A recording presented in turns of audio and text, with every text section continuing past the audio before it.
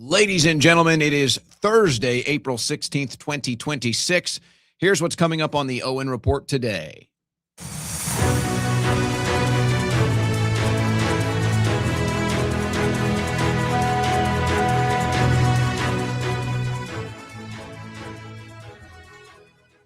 Well, I'd say a very interesting, let's call it a press conference from President Trump. It was about 30 minutes of Trump taking questions from the press as he's standing. Well, at one point, he was kind of far away from Marine One. Then they decided to move him right next to Marine One. So you know what I'm going to talk about with that today. 30 minutes, Trump was taking questions from the press outside of the White House today.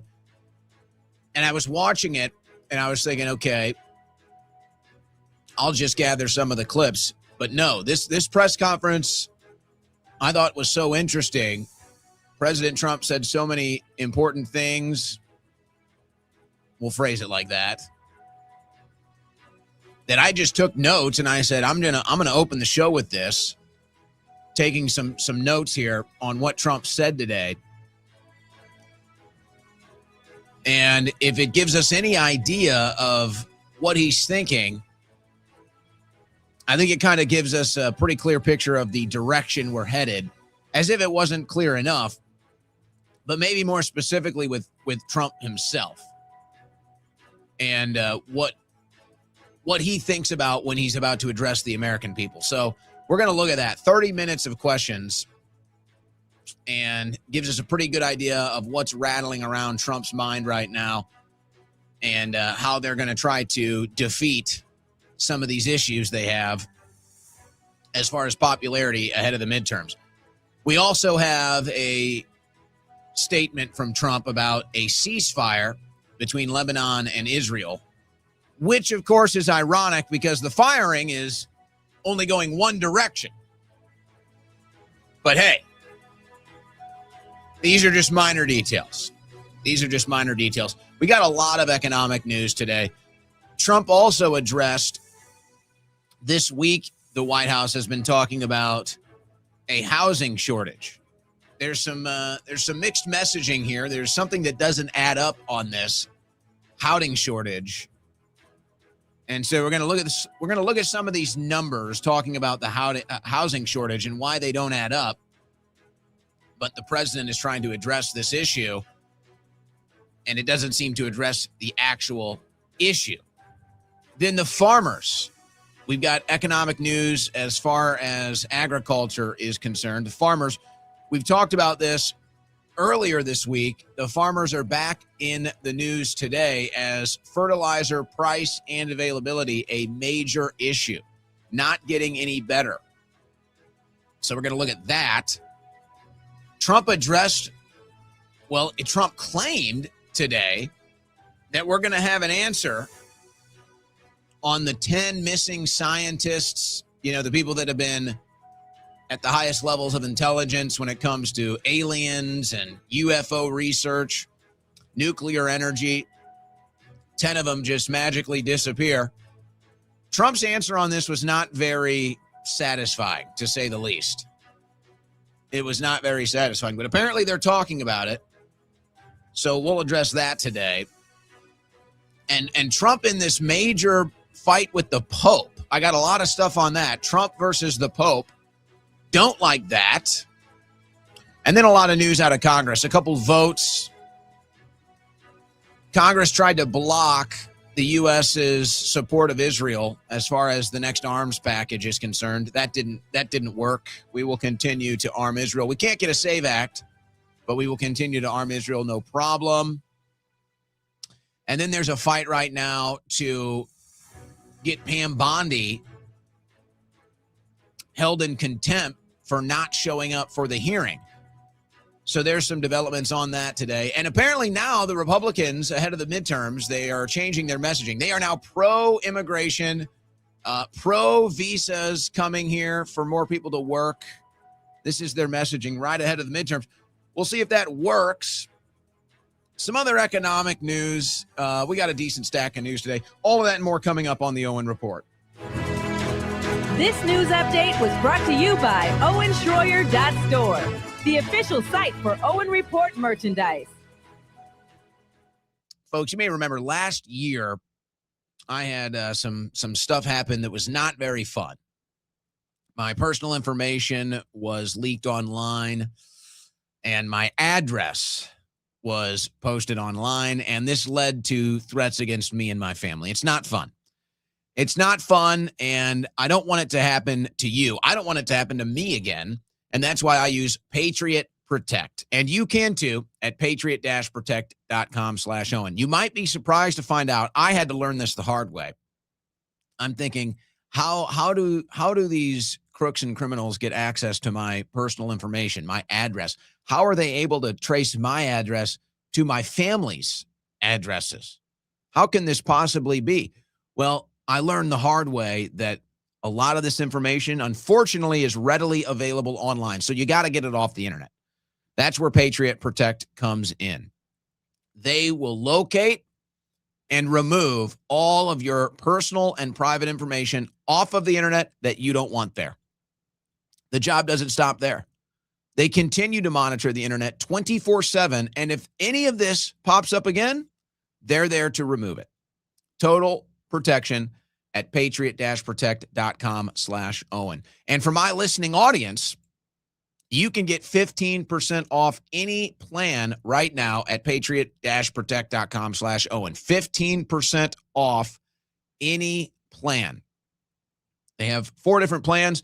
Pick the one that works best for you and your house and get 15% off right now for my listening audience. Folks, there's all kinds of different ways these hackers get at you.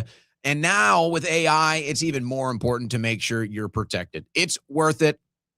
Trust me, from somebody that's been through it. It's worth it. Take care of it. Patriot-protect.com/Owen. Turn my system 1.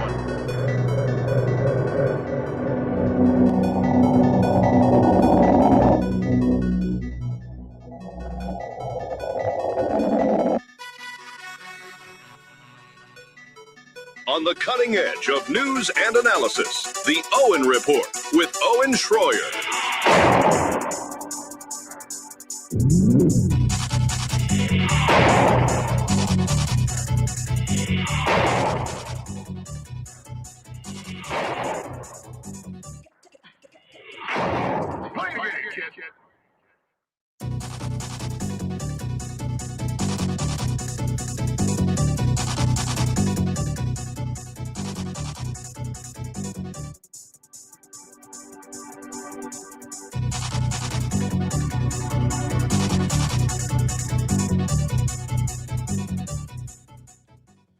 All right, guys. Did you catch that press conference from President Trump? Boy, that was a doozy.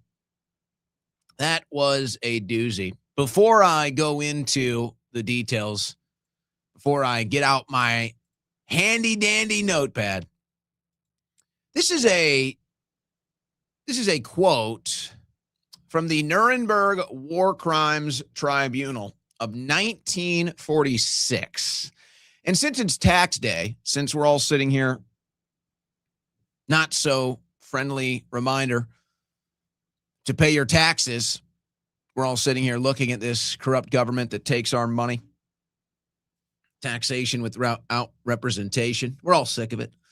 So I just figured in the season, why not read this from the Nuremberg War Crimes Tribunal of 1946. If a government uses the funds raised by taxation to wage illegal war or to commit genocide, crimes against humanity, or war crimes, then a taxpayer's normal duty to pay tax is reversed and becomes a duty to refuse to pay tax. Wow. Do you think any of that is happening? It's amazing. If you combine that with the Constitution, ladies and gentlemen, we as American people actually have a duty right now, a duty to stop funding and remove our corrupt government. We do. We do. And maybe I should remind President Trump. Of course, he might have to read the Constitution first. Maybe I should show him this Nuremberg War Crimes Tribunal. We can get this done. I should remind the president we have a duty, Mr. Trump, to stop funding and remove this corrupt government. But hey, he seems to be a part of it now, so who am I talking to? Who am I talking to? So, this all went down about 2 hours ago. Trump does one of these pop-up press conferences outside of the White House before getting on Marine One. And, you know, I'm watching this. I took notes on this. It was so lengthy. It's about 30 minutes, and he said so much. I just decided to take notes here. So, let me go into the handy-dandy notepad. If you watched this, if you guys watched this, you know what happened at first. I was so thrilled. I was like, okay, we've got some movement here. They're all listening. They're all listening. I have been making the joke, complaining about how they put this press gaggle right in front of Marine One with the engines blasting. And it becomes a struggle to even listen to it. And Trump has to raise his voice to get it over the engine sounds. So when Trump exited the White House, they took it to a different location. They took the press gaggle to a different location. The microphones were not aimed in the direction of Marine One. They were farther away from where the helicopter was. I'm sitting here thinking, oh my gosh, somebody's figured it out. Somebody's listening to the Owen Report. Thank you, God. It's all coming together. Now, I will say, and it's never enough for me. You know that. It's never enough for me, as they'll tell you. It's never enough. So I'm still saying, hey, does it even have to be outside? Can we go around the corner? I can still hear those engines. I still hear those engines in the background. Can we just, no? All right, well, you done good. It's an improvement. Did you guys watch this? If you watched this, you know where this is going. But I swear to you, I swear this is what happened. So they start 30 minutes for this press gaggle. So they open it up. They're away from Marine One. They're not pointing the microphones at the engines. I'm like, hallelujah. Well, this is a great day. Trump is looking good.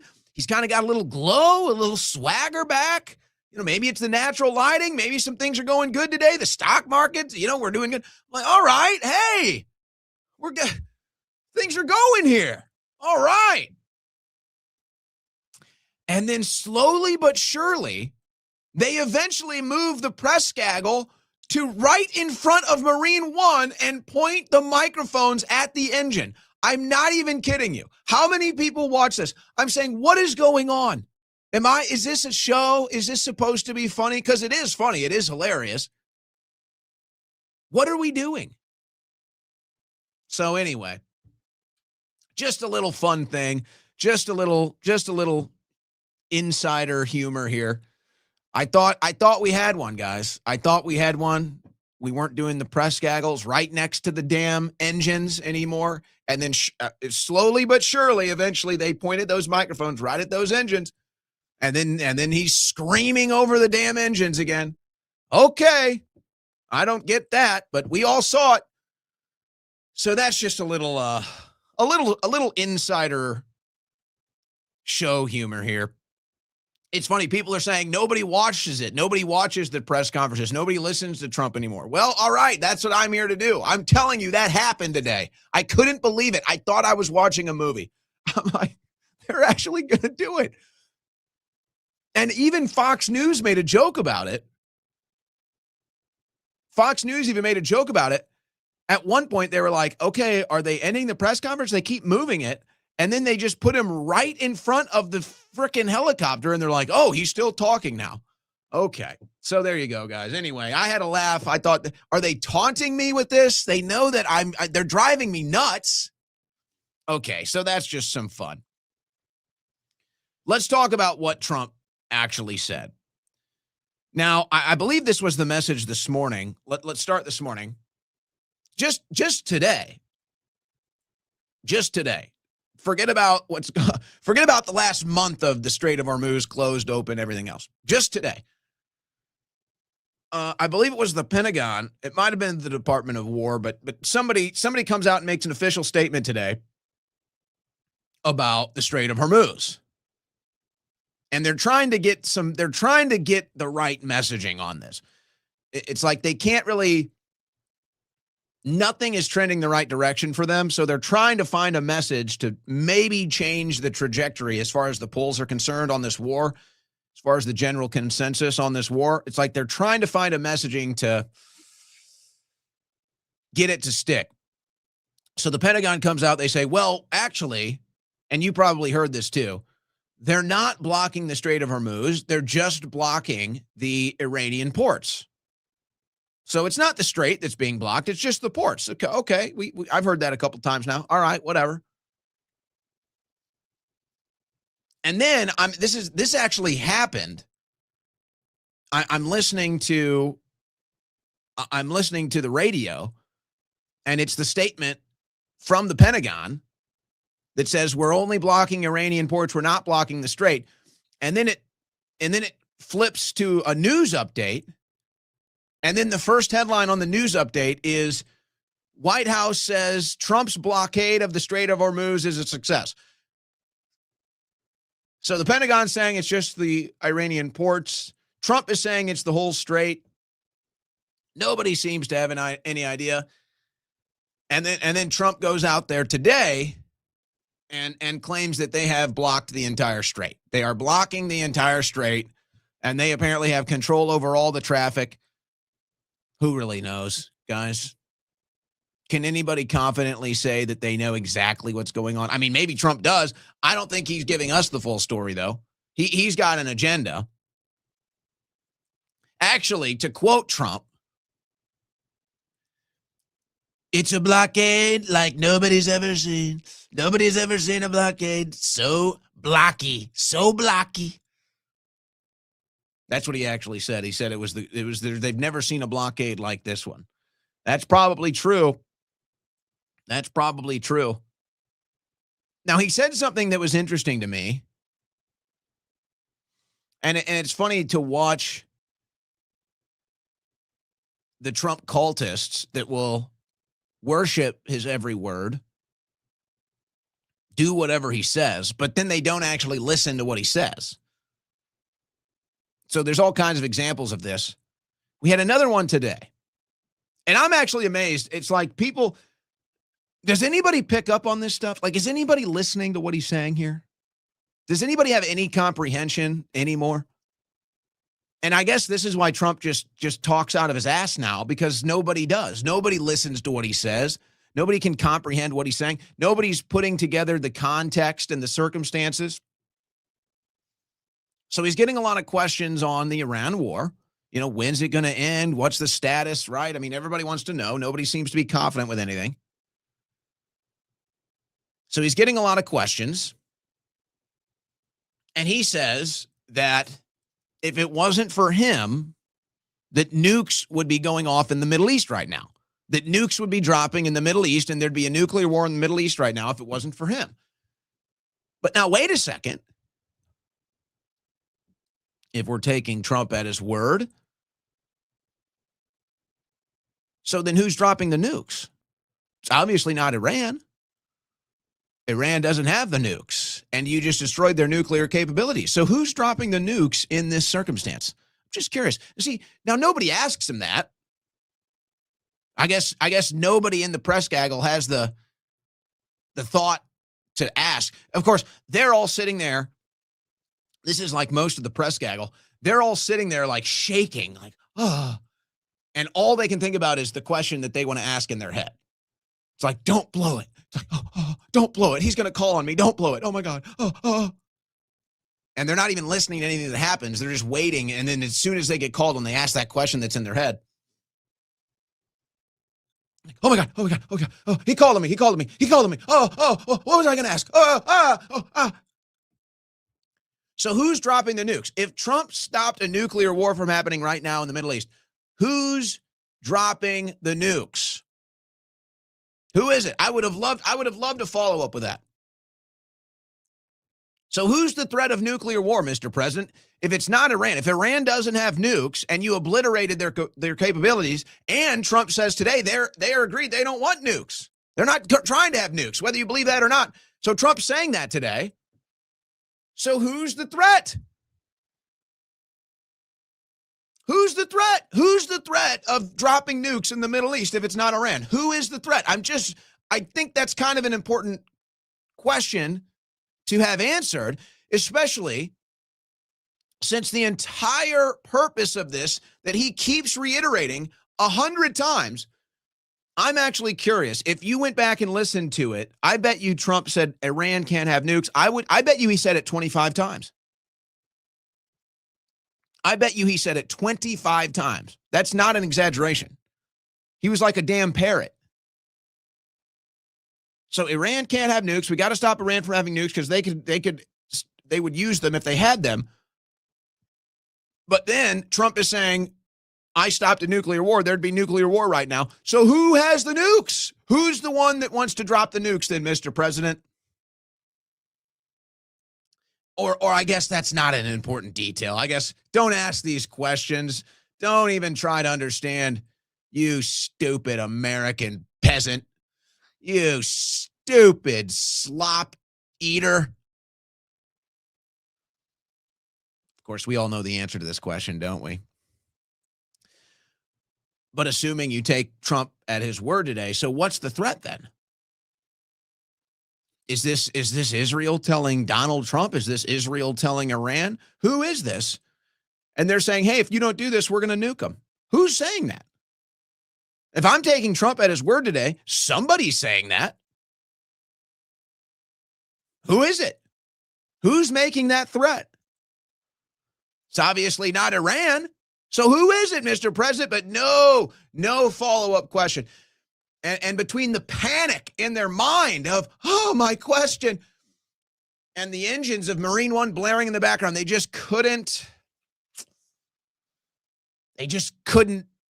hit the right follow-up there. Just couldn't do it.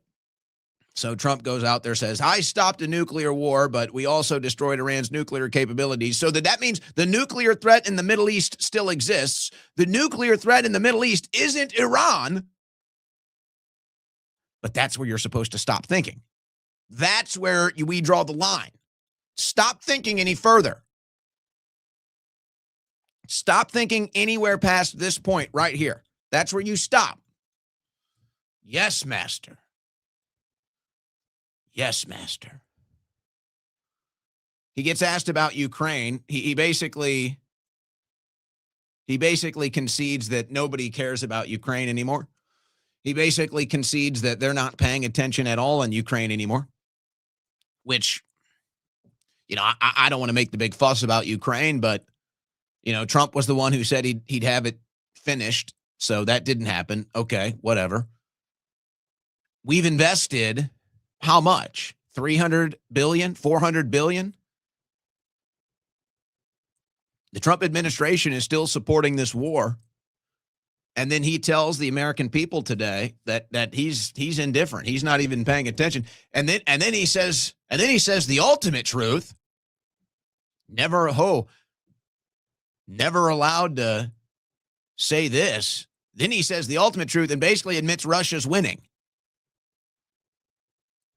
And that Ukraine is suffering massive defeats. Well, that's interesting. So we've invested about 400 billion, and now it's just kind of out of sight, out of mind. And by the way, Ukraine is losing badly. Okay, that's enough. That's enough. No follow-up there. So then this is where when Trump says stuff like this is why it's so ridiculous now to trust anything he says, unfortunately. So, hey, you can still support Trump and trust Trump. That's fine. But if you take Trump at his word at this point, you're just you're just a fool. You're just a total fool. You're just an idiot to take Trump at his word. So then Trump, he gets into it with the Pope again. He's attacking the Pope. He lies about the Pope. He says the Pope says Iran should have nuclear weapons. The Pope has never said that. So he just outright lies about the Pope. Just total clown world stuff out here, lying and attacking the Pope. And then he says, because somebody in the gaggle said, well, the Pope was just quoting the gospel, Mr. President. And Trump says, I love the gospel. Nobody loves the gospel like me. Nobody knows as much about the gospel as me. He literally says this. He literally sits there with a straight face outside of the White House and tells the press gaggle, nobody knows the gospel like he does. Nobody loves the gospel like he does. Guys, it's ridiculous. Like, can we just admit that this is ridiculous? I would have loved, again, just a nice follow-up here. The media, they're so panicked. It's like, oh, call on me. Oh, my God. Oh. I would have loved, oh, my God, could you imagine if Acosta was still out there? I would have loved to see a follow-up question here. Oh, Mr. President, can you name the 4 books of the gospel? What do you guys think? Nobody knows the gospel like I do. I love the gospel. Big believer in the gospel. Basically wrote it. Oh, didn't know that one. Could Trump name the 4 books of the gospel? Could Trump sing the song? Did you guys grow up singing the song? We all know the song. Heard good news and they passed it on. Do you think Trump knows any of that? Nobody knows the gospel like Trump. Greatest gospel ever, I say. Do you think he knows the first thing about the gospel? So he just throws that one out there. That was a nice one. Then claims that he's ended his 10th war. I guess that's the current status of the ceasefire. Things have calmed down in Israel. Things have calmed down in Iran. Things, I guess, are supposed to have had started calming down in Lebanon.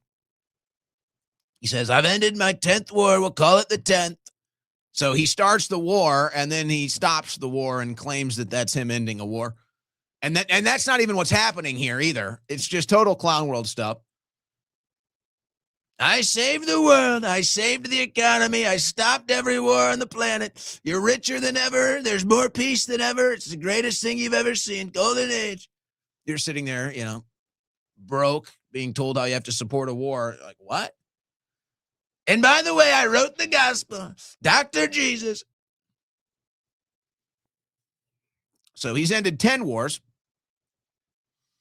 He did mention, we'll have more of this coming up, but he did mention that he was briefed on the missing scientists. Trump said he's been briefed. And these were 2 quotes. When he was asked about the missing scientists, he said, probably have a good answer in about a week, whatever that means. So they're making up an answer, or I don't know. Probably have a pretty good answer in about a week. And he said, it's hopefully a coincidence. That's a quote. He said it's hopefully a coincidence. So all I can take from that is nobody knows anything. Trump was briefed on it, and who knows if he even really paid attention. Because nobody seems to have any clue. What does that mean? Oh, we hope it's a coincidence. Now we might have an answer in about a week. So you have no answers and you know nothing, is what you're telling us. Well, but Trump was briefed on it, and it is back in the news today. Trump was asked about the Melania Trump speech about the Epstein stuff. He seems to attack the victims, or as he says, direct quote, victims or whatever, won't go under oath. So my interpretation is that he thinks that these women are lying or knows they're lying, wants you to think they're lying. But he essentially wants you to interpret today that you cannot trust Epstein victims. And it's kind of like the new hoax. It's like, it's still a hoax. You can't trust the victims. It's all still a hoax. So he's still trying to tell you it's a hoax, but calling it a hoax isn't really popular. So they've switched. They're just going to, I guess, say the victims are liars. So he said the victims or whatever won't go under oath. And it sounded like the insinuation. My interpretation was that, hey, they can't be trusted. They're liars. So then it's like, okay, well, how Melania wants them to go under oath, we'll see. The whole thing is a mess. The whole thing is a mess. And maybe the Swallwell situation, I think we may even have a Swallwell story today. Maybe the Swallwell situation will give us an idea here. So how many women? I think it's 2 or 3 women now that have accused Swallwell. Now, it is hard for people to have this sort of empathy. It's like sympathy you can have, but can you really understand? Can you really be empathetic? Let's say for a victim of Eric Swallwell, can you really understand that? What am I talking about? Well, do you want your face plastered all over the media, making out or having Swallwell forced on you? Do you want your face and pictures of you all over the internet about how Swallwell assaulted you, raped you, whatever? You probably don't want that. Maybe your desire for justice now overwhelms your desire to not have that phenomenon happen to you. But what happens if you don't get justice? So imagine these women here. And who knows, there might be more. There might be more videos. We're hearing there's an investigation from the DOJ. Okay, a lot of news on the Swallwell front. But imagine you're one of these young girls making the accusations. Now your face is everywhere. Videos of you are everywhere. Swallwell is calling you a liar. Okay, you're going through the process now. Charges, are they going to stick? Let's say they don't. You go through all of that. You go through that public, whatever, ridicule, shame, embarrassment. You go through all of that, hoping you'll get an outcome, and then you get nothing. And you went through all of it for nothing. And now who knows the ramifications after that with the Democrat Party and everything else? So then maybe that'll give us an idea of why some of these Epstein clients, why some of the members of the Epstein class and their victims, why their victims don't want to talk. Maybe that gives you a little bit of an idea of why they might not want to talk. And if they feel like there's no real trust as far as protection or concern from the government, then why would they take the risk? So that's an interesting thing. It's like, boy, oh boy, they know the Epstein thing is a disaster, folks. They know it's a disaster, but they just can't go all the way with it. And we all know why. And then, so going back to him claiming he's got a peace deal, we'll see how long a ceasefire, a peace deal lasts. But, it's funny with the Lebanon situation. He comes out, he claims that they've got this ceasefire with Lebanon and Israel. Of course, that just means, hey, Israel's going to stop bombing Lebanon now. That's all it means. That's the ceasefire. It's only been firing one way. So, okay, Israel, all right, we're done killing, we're done bombing. And then this is how it's gone. So Israel bombs Lebanon for a month, moves 1 million people out of their homes. What's the name of the river? It slipped my mind. They move it up to a river in Lebanon, and then Israel takes all the land south of that river, and then they say ceasefire. and President Trump gets to come out and claim victory as the peace president. What an amazing deal. What an amazing tag team we have. Trump and Bibi, what a tag team. So Trump makes sure Bibi gets all the support he needs militarily.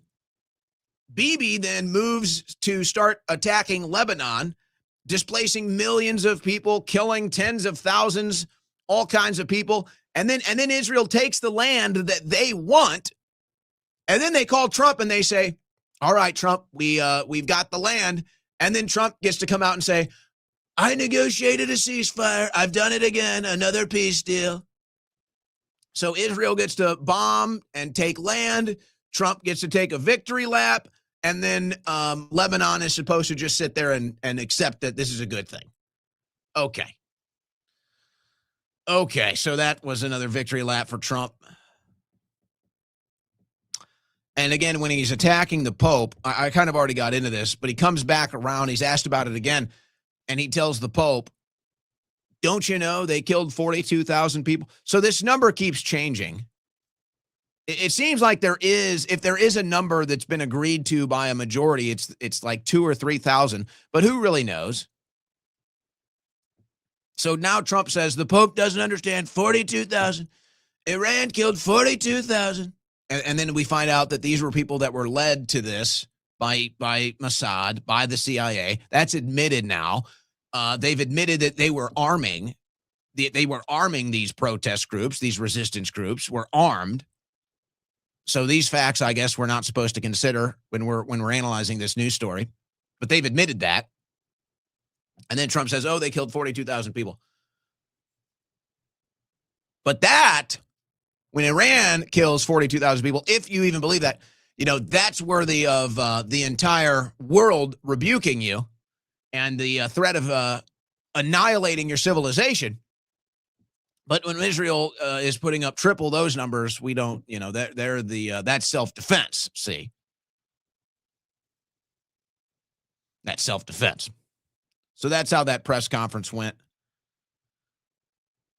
I will say Trump did look, he had a little bit of a swagger. He had a little bit of a glow about him today. Maybe he got some good news. Maybe the stock market does that for him. But when you get into the actual details, it's the same conclusion. There's not even like a starting point of truth when Trump is talking. There is no launch pad. It's just whatever. It's just make it up, toe the line, say what sounds good, say what will give you a good headline. And it doesn't matter if it's real, if it's not, if they made it up, if they didn't, if it's total hypocrisy. It's just none of it matters. And remind people that you are the ultimate truth on everything. So Trump is the ultimate truth on the gospel now. And you better respect that. Not the Pope. Trump. And when Trump tells you that he stopped a nuclear war from happening, but the Iranians don't have nukes, and you ask him, well, then who has the nukes? You're not allowed to ask that. That's where you're supposed to stop thinking. You understand? You're allowed to think all the way to the point of Iran can't have nukes. After that, you're not allowed to think. That's where they stop you. That's where they do a lobotomy on you. It's basically what they do. They do a geopolitical lobotomy on you, and they say, nope, no further questions. Sorry. Can't do it. We'll skip past Trump declaring he's negotiated the ceasefire here. And let's start getting into the headlines here. White House says housing shortage is at least 10 million homes. This makes no sense to me. So I'm going to show you the numbers of why I don't believe this. And I think really it just comes down to a personal experience. Does anybody believe there's a housing shortage? So the White House says there's a housing shortage.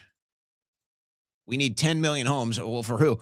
White House promises Trump boom of new housing by cutting red tape. Okay, well, all right, getting rid of regulatory burdens. All right, building new homes. Okay, I mean, it all sounds good, but something is not adding up here. Something is not adding up here. There's definitely not a housing shortage. Does anybody believe there's a housing shortage? Now, I will say, I wonder where they're really drawing the conclusion. Is it because they're anticipating they're going to bring in millions of new immigrants? Where is the housing shortage? I don't know anybody that says they can't find a house. Now, if they're having issues, it's affordability. It's not availability, it's affordability. Availability doesn't seem to be the problem. And yet the White House is claiming it is a problem. Well, so explain this then. Sellers are cutting their prices at a record 34.2% rate, the highest level since 2012. But yeah, we're in a housing shortage. So let's just translate this. So in other words, you can't sell your house. Nobody can even sell their house. If there was a housing shortage, that means demand would be up. And you wouldn't have to cut your price a third of what you wanted. And so that's what's happening. There is no housing shortage. There's a shortage of affordable housing. So I don't know what the plan is here. I don't know what, I don't understand the agenda here. Austin is a good example. Austin has been expanding for a long time. We get a ton of California transplants. They don't want to live in the blue state of California anymore, so they come here, they vote blue. And you kind of had this market boom, and the market tried to catch up, and then it went beyond, and now there's too much housing. And they have all of these new builds and all of these new development communities. They can't even sell these houses. And they're just slashing prices. It's crazy what's happened in Austin real estate. Honestly, it's insane. There's no shortage here. There's a shortage of affordable housing. So what's the plan? That's what I don't understand. Why are they saying they need 10 million houses? Is it just a money grab? Are they bringing in illegal alien? I mean, what is the plan here? There's no housing. There's a housing affordability issue. So why is the White House claiming there's a housing shortage? It's very strange. 70% of farmers say they can't afford all the fertilizer they need for this season. Farm Bureau survey reveals the price of fertilizer is going up. U.S. farmers struggle with soaring fertilizer and fuel costs amid Iran conflict.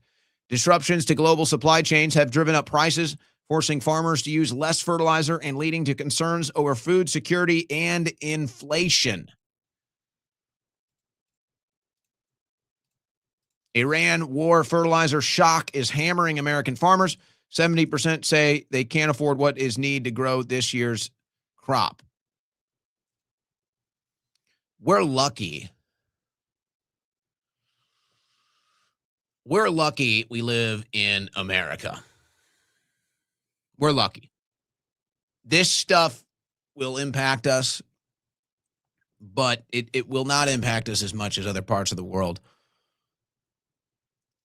And so when we talk about the aftermath of COVID, you know, we dealt with it. We took the permanent economic damage from COVID and then, you know, fraud and everything else, cultural damage to children, psychological damage. It's like, okay, we kind of went through all of that.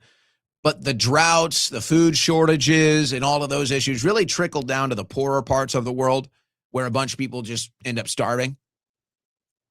The same thing will end up happening with this war if it goes on much longer. The same thing. And it seems to be, we all want to, it's like everybody wants to protect Trump. Everybody wants to protect his reputation, even if that means being dishonest now, even if that means lying now, even if that means ignoring some of the facts now. And so you have to accept reality here. And whether you want to blame this all on Trump or not, it still happened when he was president. The damage that was done to the economy from COVID was Trump. Trump did that. Biden inherited that. This is no endorsement of Joe Biden or his economic policies, to be clear.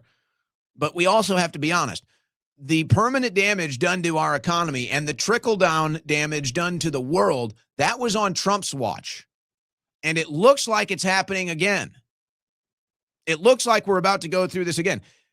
Now, I'm hoping, and this will come back up with the news cycle today with China, I'm hoping that President Trump has a plan to put an end to all of this or pivot on all of this, either right before or right after he meets with Xi Jinping in China in 2 weeks.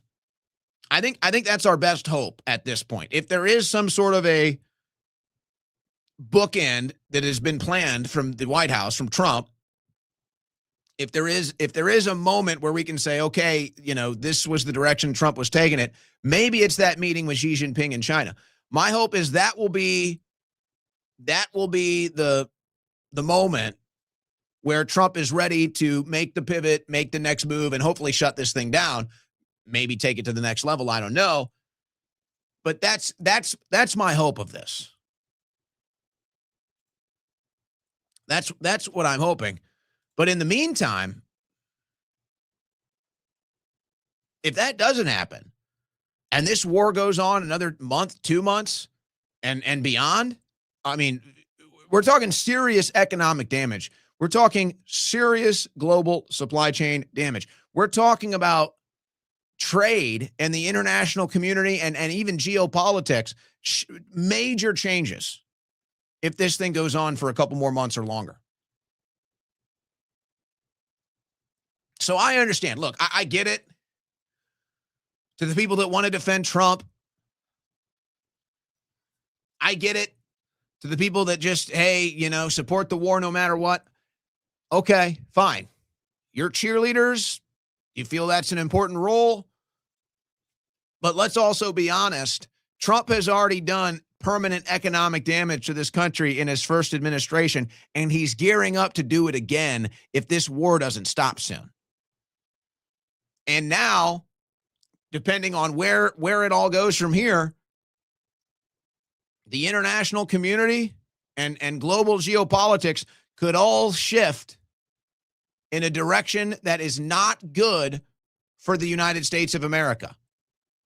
And maybe, here's what people have to understand. This kind of gets lost in translation, especially when we're in the right-wing chamber of political discourse. Trump and his donors, the people that hang out in Washington, D.C., the people that are hanging out in the White House, people that are going to Mar-a-Lago, do you think they care about price per gallon? Do you think they care about price per pound on ground beef? Do you think they give a damn? Do you think they even have a clue what it is? Of course not. It doesn't matter to them. They're not living in the margins. They're not living on a budget. None of this stuff matters to them. Now, they respond to markets and the economy like anybody else. But as far as looking at the bottom line price here, they don't give it. They're not thinking about this. This doesn't affect them. They're thinking much bigger picture. Yeah, if you have to pay a little bit more for gas, that's worth it for them. Totally worth it for them because they're not going to feel the difference in $2 gas versus $4 gas. They're not going to feel the difference in $6 a pound for ground beef versus $10 a pound for ground beef. They're not going to notice this. And that's the problem. They're so out of touch now. They're so indifferent now. They don't even try. So yeah, they don't understand the permanent economic damage that the average American, which is slowly and surely this group of people is getting bigger and bigger, struggling financially. They don't understand that. They can't even comprehend it. And that's part of the problem here. There is now a total disconnect from the DC donor class and the average American. So they'll come out here, like Trump says today, yeah, you're going to pay $4 a gallon, but it's worth it to make sure Iran doesn't have a nuke. And you're just supposed to accept that. You're supposed to believe that. But we're talking, if this thing goes on much longer, permanent economic damage, folks. Permanent. Now, again, Trump mentioned this. White House under pressure after 10 scientists vanish or die in mystery cases. He was briefed on that today. He says we'll get an answer within a week. We'll see. Didn't seem very confident, but he made that claim. Do you guys think you're going to get an answer from Trump on this? I kind of doubt it. This is why Trump is angry at Pope Leo. Pope Leo warns tyrants are ravaging the world in war of words with Trump. Well, it's funny because Trump used to say that. Trump used to talk like that, but I guess now that he's one of the tyrants, he doesn't like such language. And I want to read the exact quote because, Trump is basically just lying about the Pope today. I guess we shouldn't be surprised by that. Pope Leo calls out those who manipulate religion and the very name of God for military, economic, and political gain in scorching statement. And we have the exact quote here. Pope Leo issued a statement condemning, quote, those who manipulate religion and the very name of God for military, economic, and political gain. Woe to those who manipulate religion and the very name of God for their own military, economic, and political gain, dragging that which is sacred into darkness and filth. Now, how could you disagree with that? How could you disagree with that? Well, this angered Trump. And he responded. Trump said, Pope Leo is weak on crime and terrible for foreign policy. Well, you know what, Mr. President? It's ironic you talk about weak on crime. How many deep state arrests? How many Epstein class arrests? How many border invasions arrests? None. Okay, so all right. So there's weak on crime for you. And by the way, the Pope is not a law enforcement officer, in case you didn't know. Terrible for foreign policy. Mr. President, you're the one whose foreign policy has tanked your popularity. You're the one whose foreign policy has tanked the people's trust in you. You're the one whose foreign policy is going to tank the midterms for the Republicans. You're the one whose foreign policy has tanked your own approval ratings. And then you're going to say that the Pope is bad for foreign policy? You're embarrassing yourself. You're embarrassing yourself. And I'm sorry nobody around you is willing to tell you this. Bomb threat at home of Pope Leo's brother, who actually Trump likes a lot because he's a Trump supporter. A bomb threat occurred at the home of the brother of Pope Leo on Wednesday night. Police in Illinois confirmed.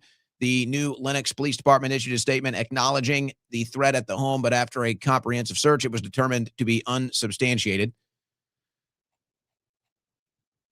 So, the president attacks you, you start getting threats like this, and then he blames you for it. Just ask Marjorie Taylor Greene. But that's not all. That's not all the president will do to punish you. Trump yanks millions of dollars from Catholic charities amid Pope feud. Well, you know what? I'm actually okay with this. The Trump administration has abruptly canceled a multi-million-dollar contract with a Catholic charity that houses and cares for migrant children amid the president's feud with Pope Leo. It's funny. They were going to get an $11 million federal contract, folks. $11 million federal contract for this Catholic charity that was engaging in housing illegal aliens, I guess, all the Biden administration. And this was going to go on until Trump got into it with the Pope. Now he's decided to cancel it. Well, policy-wise, I say good. Let's pull all federal aid that is going to these whatever charity groups, whatever NGOs that are housing illegal aliens and are part of this border invasion process, this illegal immigration pipeline. All that funding should be cut, all of it. But no, it's still going on. And then he decides to cut it from a Catholic charity because he's in a feud with the Pope. Of course he is. And yet again, Catholics get under attack, specifically from this administration. Do you think Trump would ever pull funding from a group of, do I even need to finish the sentence? Do I even need to finish the sentence? But that's okay. That's okay. We have the top 5 donors to the Republican Party for the first quarter of 2026. Oh, boy. So let's see. So he's going to pull funding from a Catholic group, not from a non-Catholic group. So biggest Republican donors. Let's see if it all adds up here, guys. Let's see if everything is adding up quite nicely for you here. Biggest Republican donors, first quarter of 2026. Marion Adelson. This number's actually been updated. It's over 50 million. Marion Adelson, 41 million. Marion Adelson, Jewish. Andreessen Horowitz, 28 million, Jewish. Jeff Yass, 21 million, Jewish. Dan and Liz Uyline, not Jewish. They have been supporting Republican Party causes for a long time with their inheritance. Paul Singer, also Jewish. So 4 of the top 5 donors to the Republican Party are Jewish. The top donor we know is more loyal to Israel and cares more for Israel than she does America. So, do what you want with these facts. Any conclusions you might reach on why the Republican Party does what it does, why Trump does what he does, why Catholics are under attack, why you got another war in the Middle East, that might give you some idea. Or maybe why the Department of Justice reminds you today that they will not tolerate they will not tolerate anti-Semitic harassment. That's an exact quote from Harmeet Dillon from the DOJ today. They will not tolerate anti-Semitic harassment. So that's how you get that. And then of course, Congress votes, and we've got more on this coming from Congress after we take this first break. Congress just voted to continue funding and arming Israel. Now you know why Marion Adelson and AIPAC and the rest of the Israeli lobby pays hundreds of millions of dollars in U.S. politics every single year so they can slant the budget, slant the payroll, slant the bank account, slant the military, slant everything to the favor of Israel every single time.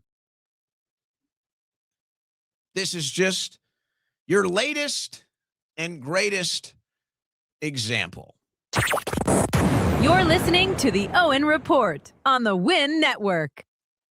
Guys, if you're listening to this show, it's probably likely you are concerned, as many others, about your cell phone, your computer, tracing you everywhere you go, maybe even the harmful radiation that can come off of this technology.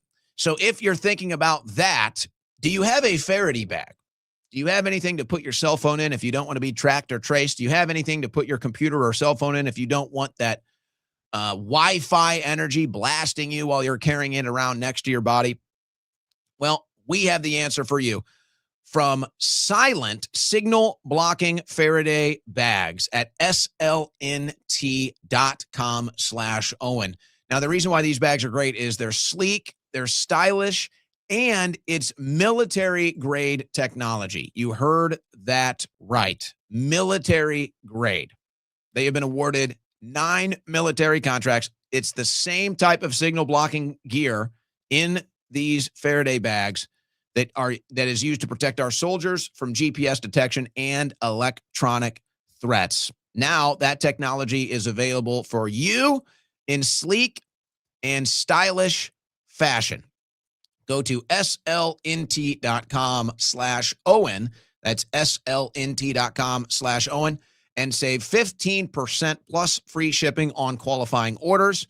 So whether it's a backpack, whether it's a dry bag, a crossbody, or we used to call them fanny packs, but I guess we don't call them that anymore.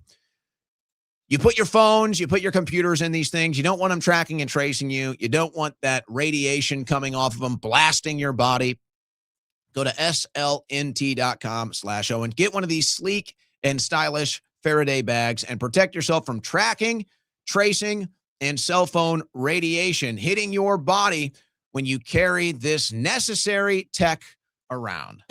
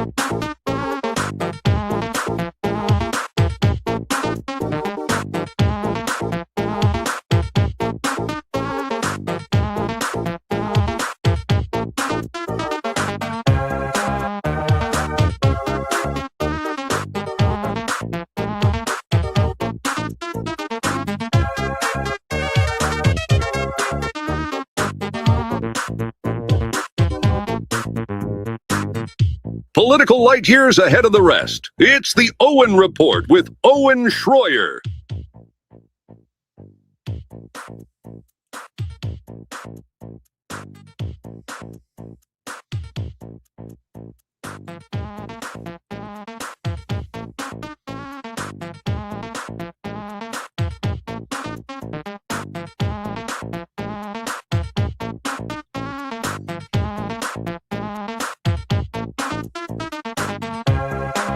All right, second hour of today's Owen Report. We got a lot more headlines to get to. I didn't hear about this one. I'm surprised. The left has been relatively silent on this, guys. ICE agent charged with assault and accused of pointing a gun at civilians in Minnesota. Gregory Donald Morgan Jr. was charged with 2 counts of second-degree assault with a dangerous weapon, and there is a warrant out for his arrest, a Minnesota prosecutor said. An ICE agent who was part of the federal immigration surge in Minnesota earlier this year was charged with felony second-degree assault, accused of pointing a gun at the heads of 2 civilians in a vehicle. Hennepin County Attorney Mary Moriarty said this is the first case of an ICE agent facing charges related to the Trump administration's Operation Metro Surge in Minnesota, which drew national outrage after the fatal shootings of 2 U.S. citizens by federal immigration law enforcement. That story's kind of died, too. The Democrats in Minnesota claimed that they were going to go after those agents. That thing has kind of gone silent. I didn't even know about this one. And I think this is going to be a major issue, the lack of deportations. There's no way around it. It's a major issue. Is it the biggest issue? I don't know. Maybe the economy is bigger. Maybe foreign policy is bigger. But the lack of deportations will be an issue. And it's unfortunate because it's really a big letdown of the DOJ here. And, you always hear about, well, we can chew bubble gum and walk at the same time.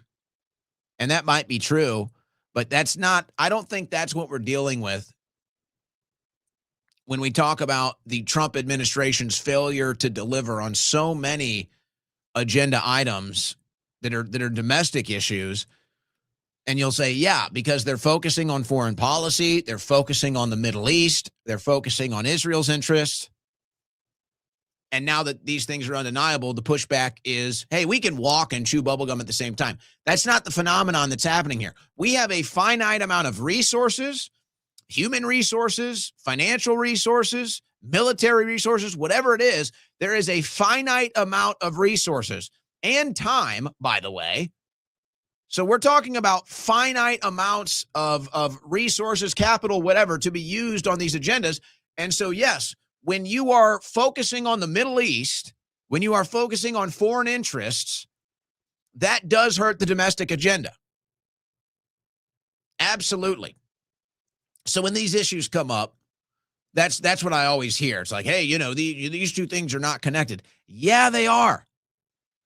They absolutely 110% are. It is not a coincidence that as the administration continues to focus on this foreign policy and war on the Middle East, that less domestic agenda items are being taken care of. Because the focus isn't on this country, it's in the Middle East. Or maybe underground. In this case, judge blocks above-ground construction of Trump's White House ballroom. A federal judge blocked the administration from doing construction work above ground on the controversial proposed White House ballroom. Can't build above ground. Here's the side of it, by the way. What a mess. You're going to have this big giant, the plan is to put a big giant ballroom right here, guys. Right now, it's just a giant construction site. It's like it looks like every other road that has construction. There's a bunch of equipment, except maybe on this site, people are working. I don't know. I can't see them. I'm sure they're there. You guys get that? You drive down these construction sites on the road and nobody's ever working. There's like 10 cranes and everything else. The National Trust for Historic Preservation in the United States is suing the Trump administration in the U.S. District Court of Washington, D.C. to block the $400 million ballroom from being built. Now, the whole above ground point here is interesting. So when they're going back and forth on this ballroom, the Trump administration pushes back and they say, we need this for national security reasons. Now, this kind of got all caught up into the stories about how members of the Trump administration are buying nuclear bunkers, how members of the Trump administration are living on military bases. Then we find out they're trying to build, it sounds like a nuclear fallout shelter or bunker under this ballroom. So people look at that and they say, well, that's odd. You guys look like you're preparing for a major war, but you say you're for peace. So, okay. But now I guess the courts are saying, well, okay, build your nuclear bunker, build your nuclear fallout facility, whatever it is they're building under this. Okay, that's for national security. Go ahead and build that underground facility. But the ballroom, that's a different issue. This thing could end up getting caught up in red tape that Trump never even sees it. And then the next president or Congress or whoever just cancels it. It just never happens. And then what happens to this construction site? Who knows? And then I don't want to put too much emphasis on this ballroom situation. The president does, though. So I guess we'll try to keep up with him. Part of me looks at this right here. Part of me looks at this image right here and says, in so many ways, this is representative of MAGA. In so many ways, it's a giant construction site and it just doesn't get done. It's like there's an idea, there's a concept. We thought we were going to build something great, and then it ends up just being a giant dump. Just a giant nothing. Just a giant ugly mess. We'll see if that's the final chapter in all of this. But Trump can't even get the new Air Force One. Trump can't maybe never even be able to step foot in the ballroom as president or ever. Man, if only Pam Bondi could help. I don't think she's going to be much help. After Bondi skips testimony, top oversight Democrat warns interim Attorney General Blanche, you're next. We will hold Pam Bondi accountable. She must comply. And believe me, Todd Blanche is next, said Democrat Representative Robert Garcia. So they're going to go after Pam Bondi, and they're going to eventually get Todd Blanche. Or let's see how all of that drama plays out, because I don't think the White House wants anybody testifying on Epstein right now, quite frankly. But Bondi is, that's a big item for some people on the Republican side here. They don't want to take an L on Epstein. They don't want their people to see them as protecting the pedophile class. 3 GOP backers of Bondi's subpoena signal resistance to contempt push. So it's not so settled here. It's not so settled on the Republican side. 3 House Republicans who backed the subpoena of former Attorney General Pam Bondi expressed resistance to joining Democrats in seeking to hold her in contempt after the Justice Department said she would not appear for a scheduled deposition. That would be Tim Burchett, Lauren Boebert, and Michael Cloud. So they all want the hearing, but they don't want to push for contempt. Let's see. Let's see how this one plays out. You know the Democrats are going to use this at least to draw attention and say, look, they're covering up Epstein. So it's really going to come down to whether the Republicans want to get these answers or not. And then what is Todd Blanche going to do as interim Attorney General should he get called to testify? And then what is Trump going to try to do to stop all of it from happening? FISA. Here's good news. This one isn't going over so well. Johnson tries again on spy powers vote. That's the FISA vote that Trump once passed. Amid GOP rebellion. Hey, look at that. Republicans grew a spine, guys. Some members of the Republican Party have a spine after all. You love to see it. They're trying again today. So far, I haven't seen anything new. Speaker Mike Johnson will try again today to push the House to extend an imperiled spy powers law after GOP resistance forced him to punt the vote yesterday. I haven't seen anything new here. They didn't have the votes, guys. They didn't have the votes. I don't know. I don't know how they're going to twist these Republicans' arms to get these votes. They're a hard line no.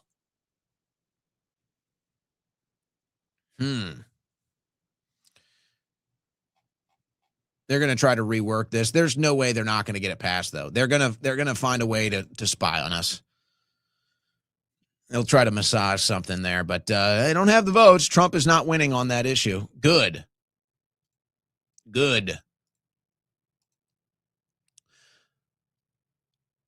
Now you've got the measure from Bernie Sanders in the Senate to block arms sales to Israel, which comes at no resistance ever. Anytime they need money, weapons, military support, whatever, they get it from our Congress. Before you can, by the way, Israel gets support faster than you can.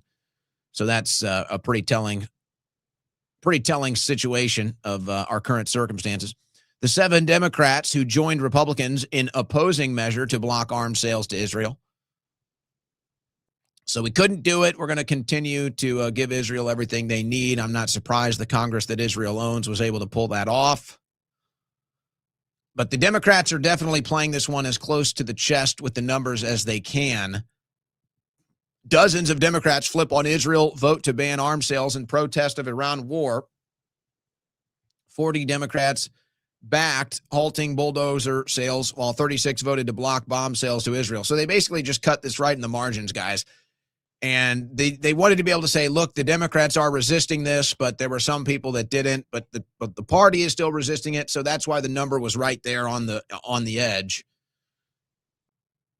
So they can still kind of use the anti-Israel stance during the midterms to win, but since they all take the AIPAC money, they can still claim, hey, we still voted and to continue supporting you. They get a little of the have the cake and eat it too situation. U.S. Senate foils effort to nix Israel arms sales, but record 85% of Democrats support the move. Record 85% of Democrats voted to stop Israel arms sales. So that shows you where the Democrats are going. That shows you their plans in the midterms to at least win on that issue, which is a big issue. Will it be enough to win the midterms? I don't know, maybe, but that will be a big issue. It's amazing, though, isn't it? Anytime there is a measure in Congress, anytime there is a measure to support Israel, nothing can stop it. Nothing can stop any measure that supports Israel from passing in Congress. They always win. It's amazing. Now, a SAVE Act, a Voter Integrity Act, any legislation that's pro-America, for Americans, you can't get that passed. That we cannot help you with. Sorry, we can't get Pam Bondi to testify on Epstein. Sorry, we can't get a Voter Integrity Act passed. Sorry, we can't even do tariffs. We can't even do tariffs, Can't even do that. Can't even have tariffs. But, Israel needs more money. Israel needs no weapons. No problem. All day long, anytime you vote, we got you. The American people keep making noise about something over here. Shut up. Shut up. I don't work for you. I work for Israel. Don't you get it? Shut up. And this is going to continue happening. And then the American people will continue to get more upset. And then when they call it out, they'll get called names and they'll say, what the hell is going on? And so here we are. And now I guess the Trump administration is pro-immigration. And who's sounding like a liberal now? Isn't this the exact talking point here? Like, why are we doing this? We're a nation of immigrants. Is that right out of the Democrat talking point here from DHS Secretary Mullen? Right. To qualify as they take advantage of the United States generosity, but the problem is that we want immigration. We want legal immigration, people that want to make the country stronger. We're a nation of immigrants. We understand that. We're a nation of immigrants. We are now. This is now the Trump administration. We're a nation of immigrants, guys. We need more immigrants. We need to replace you. We're building houses for them. We've got welfare for them. We've got jobs for them. Oh, my gosh. The Trump administration. We're a nation of immigrants, guys. And the Democrats. Meanwhile, woke Boston mayor hands out $500 haircut and massage vouchers to migrants despite city's budget plunging $50 million in the red. And they still get federal aid. Unbelievable. What do you mean a haircut and a massage voucher? Where are we coming up with this? This is the same mayor that just got booed at Fenway Park. Boston Mayor Michelle Wu is handing out $500 vouchers to migrants so they can enjoy haircuts, massages, and other self-care benefits, despite the city's budget plunging nearly $50 million short. Would you guys like a $500 voucher for a haircut and a massage? Other self-care benefits? Would you like that? Well, you know what? Actually, you don't have the time. You can't afford to take the time off work. You can't afford it. You don't have the time for a haircut. You don't have the time for a massage, other self-care benefits. You don't have the time. So that's not for you. That's for the immigrants that come here and live off of your tax dollars. They have the time. So the Democrats are going to get them a nice haircut, nice massage. Must be nice. Must be nice. Applicants who are low income, isolated, queer, and trans migrants, asylum seekers, and refugees are prioritized for the wellness allowance. They get an allowance. The initiative called Belonging Matters was created by Out Newcomers, a nonprofit that advocates for the LGBTQ plus migrants in Boston, alongside the mayor's office for immigrant advancement. Very good. Very, very good. Another taxpayer-funded program that directly is meant to hurt American people. Very nice. Another taxpayer program that's purpose is to give non-citizens a free pass and skip the line while you pay for the whole thing. I've been thinking, though, a lot. I think a lot of Americans have been thinking a lot lately about isolated, queer, and trans migrants. This is a big one. This is a big one. You walk around downtown Boston, and they're talking about all the isolated queers. They're talking about all the trans migrants. Specifically, the trans migrants are a big topic of conversation in Boston today. So they're going to be taken care of. The good citizens of the city of Boston, they really they're losing sleep about the isolated queers. Their mind is racing about how to deal with the trans migrants, not the fact their city is broke. Thank goodness. Thank goodness. But what's behind all this? Why are we now, we're a nation of immigrants? Why are we now, we need more of them? Oh, yeah, because Trump works for the donor class now. Trump allies with ties to his private clubs pushed for more work visas. Administration authorized additional visas for guest workers after lobbying campaign by industry leaders and a member of Congress. So, in other words, the donor class want the cheap immigrant labor. Got it? Trump increased H-2B visa quota for his own businesses after secret meeting with lobbyists. You guys know that whole mass deportation thing? You remember that? Yeah. Not happening. Big lie. Ha, gotcha again. What you gonna do? Pete Hegseth. Boy, oh boy. This thing is unraveling. This thing is unraveling. Pray with me, please. Pete Hegseth reads fake Bible quote from Pulp Fiction during Pentagon prayer service. Oh, my goodness. Secretary of Defense. Isn't he Secretary of War? Get it right. Mediaite. Secretary of War Pete Hegseth read a fake Bible quote from Quentin Tarantino's 1994 movie Pulp Fiction during a prayer service at the Pentagon yesterday. Very good. That's good, man. That's good. We're all really in touch. We're keeping things nice and tight in this administration. Really, really good stuff. I look at this number. I'm about to show you guys a number here. Let's take a look at a line graph that tells a story of direction. So this is the defense versus non-defense discretionary spending.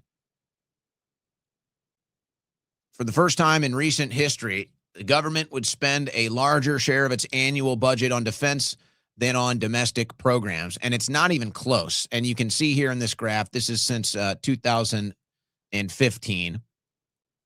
You know, the spending, it's somewhat close. The patterns, the trends, the spending is somewhat close between defense versus non-defense. And now Trump gets in, and look at the direction. So now non-defense is in the single digits and defense is more than double non-defense. So in other words, another way to put this would be domestic programs versus foreign entanglements. So Trump has cut funding for domestic programs to as little as it's been in recent history, which you could say, okay, that's a good thing. I mean, if you're small government, right? All right. Yeah. But they've just replaced it all with foreign interests. They've just replaced it all with foreign entanglement spending. So the budget doesn't change. The budget actually goes up. You just have less to show for it. You just get taxation with less representation. So you'd like to see both of these numbers. But, maybe this is why. Maybe this is why these wars are ongoing.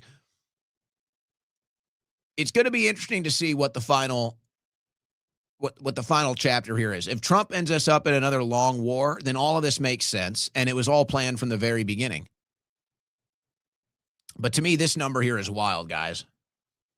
After Trump got elected, domestic discretionary spending was at 13.9%. Defense discretionary spending was at 12.6%. Now, domestic discretionary spending 9.1%, and foreign interest war spending is at 20.6%. I mean, that's the big story right there. If there's a line graph that explains how our country has been sold out to foreign interests, that's it right there. That's your chart. And Trump has done it worse than anybody ever, and it's not even close. Why would he do it? Maybe it goes back to the top donors of the Republican Party. Maybe that goes back to the top donors of Trump's campaign. Maybe that's where you can find answers, guys. Just maybe. And I don't know, just maybe this is concerning. Pentagon approaches automakers and manufacturers to boost weapons production. Senior defense officials have had talks with GM and Ford, among others, about shifting some capacity to weapons production. This has not been done since World War II. That doesn't sound good, guys, does it? Man, the peace president really getting everybody ready for war. Amazing how that works. Now, people believe this is a sign that we're about to go into the ground in Iran. People believe this is a sign. U.S. troops depart Syria, ending decade of presence and fight against ISIS. Yeah, now Al-Qaeda runs it. The last American bases in Syria have been turned over to the government in Damascus. U.S. military officials confirmed. So they're abandoning the bases in Syria, and this is leading people to think that this is going to be used in Iran. They think that the exit of Syria is going to mean the entry into Iran. Syria takes control of all bases where U.S. forces were deployed. Final convoy of U.S. soldiers and equipment departs Khazrak Air Base in northeastern governorate of Hasaka. Is Syria worse or is better or worse off since the fall of Assad? It's amazing. We leave Syria after Al-Qaeda takes over. Isn't that amazing? The U.S. is in Syria for 10 years. And then after Al-Qaeda takes over, we leave. Boy, that's interesting. What was the goal there? It would sound like the goal was to get Al-Qaeda in charge of Syria, to do regime change for you-know-who, get Assad out and put Al-Qaeda in with the Mossad operatives, the CIA operatives that run it. We're in Syria for 10 years. We get the regime change, get Assad out, Al-Qaeda takes over, and then we leave. But they don't declare victory there because that would be a little ugly, wouldn't it, to say that victory is giving Syria to Al-Qaeda? But kind of seems like that's what happened. That's nice, isn't it, guys? Very good. Very good. Okay. What about the rest of the world and the potential oil crisis? Europe has maybe 6 weeks of jet fuel left, energy agency head warns. Now, Trump was saying today that he's expecting this whole thing is punishing China, and maybe that's part of the agenda. China with their deals for oil in Iran. I'm wondering how much, and whether it's Trump or somebody else, I'm wondering how much these estimations were not accurate as far as what Iran's capacity to stand its ground is considered and what China's capacity to withstand whatever happens in Iran for the next couple of months and still be in a good position. Was it that there's been mismeasurements made here? Or maybe it never mattered. You had to do it anyway. Even if you were in a losing position, you had to go through it anyway. It kind of feels like that's where it's at right now. Now, who knows what's going to happen? They claim they're going to start buying American oil. So that is a trend that is happening. But I don't know. Is it really crippling China or is it just crippling Europe more than anything? And is it just forcing Europe to rely on Russia more than anything?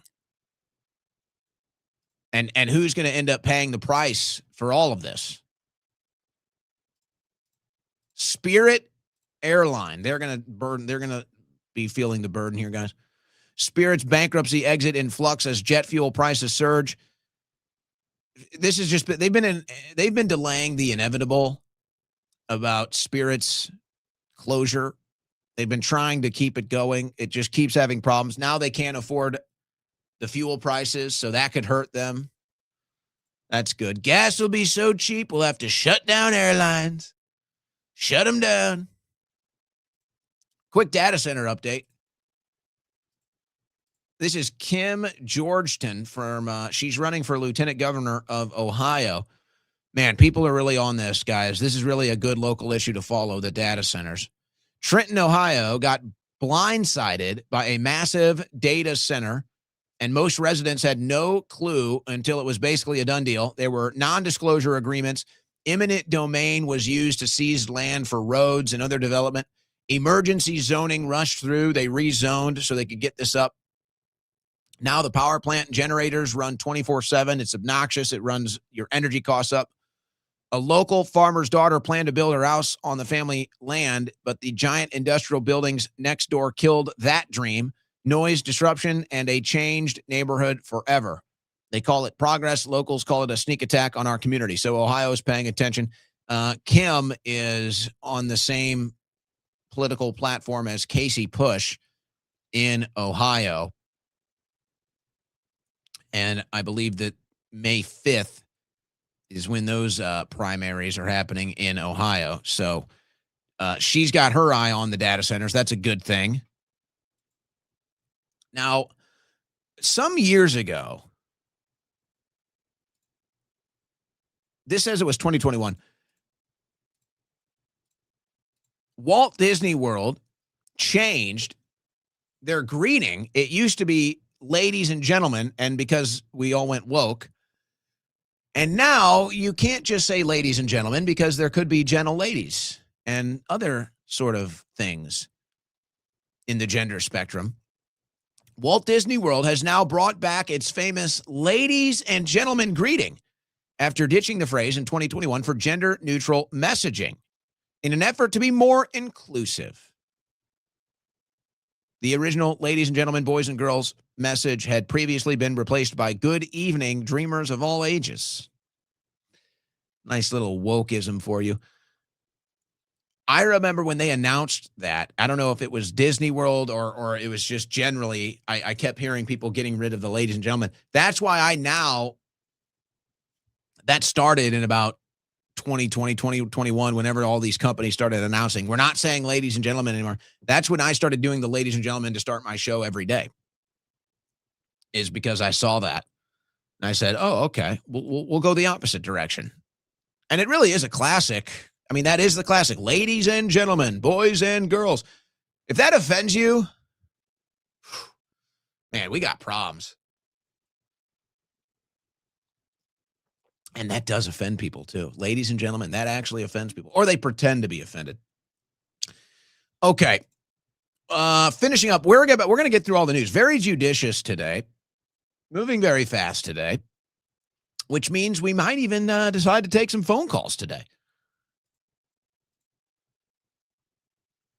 So, I don't know why this story doesn't have a headline, or they just have a misedit here on their website from the Daily Mail. Clavicular suspected overdose on a live stream. So this stuff makes its way into my news feed. If you don't follow the whole clavicular character arc, then this stuff might be a little off of your charts. I'm going to bring it home, though. I think I'm going to bring it home. But essentially, this I think the whole clavicular character arc is almost a reflection of social media culture. So I do think it's a news story that goes beyond just the personality here. I think it's a reflection of our culture. I think it's a reflection of social media issues, addiction, depression, all of this stuff. And then you kind of combine that with this like next level of vanity, looks maxing. It's all this weird digital influence culture, social media culture. So he overdoses, apparently comes back and is tweaking again and crashing out again. People have been kind of watching this. The people that follow this drama talk about it, how he's going to end up in jail or something worse. And I think they're right. And so I saw this today. Clavicular revealed that he would like to stay clean after the scary incident that landed him hospitalized after a suspected overdose, but is unsure if he could continue his highly popular live streaming career without use of what he calls his substances. And this is his attempt to looks max, as it's been said. Now, I watched some of the videos when he's, overdosing. And I see he's surrounded by friends and everything else. And I'm like, where is whatever? They're young. So everybody's been young and dumb. But obviously, it's like eventually you'd think maybe your friends would step in and say, hey, you need some help. You need some help here, bud. So I'm sitting here and I'm thinking, okay.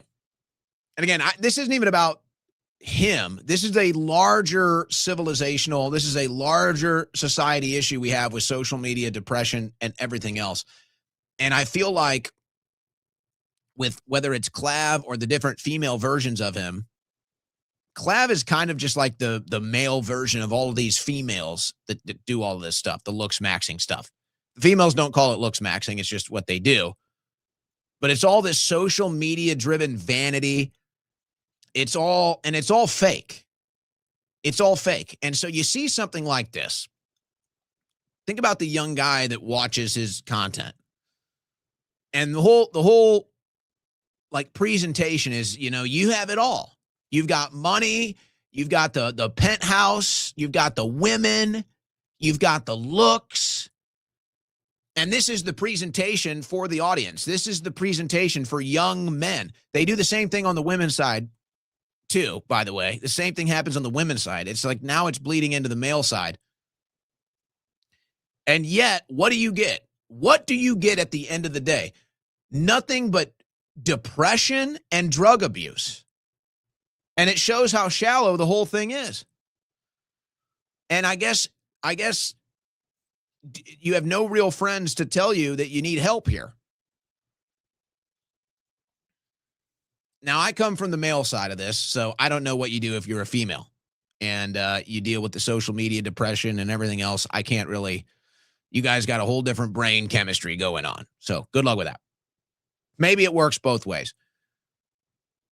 Somebody needs to grab this kid and say, look, dude, you've got more money than you need, and you're destroying yourself.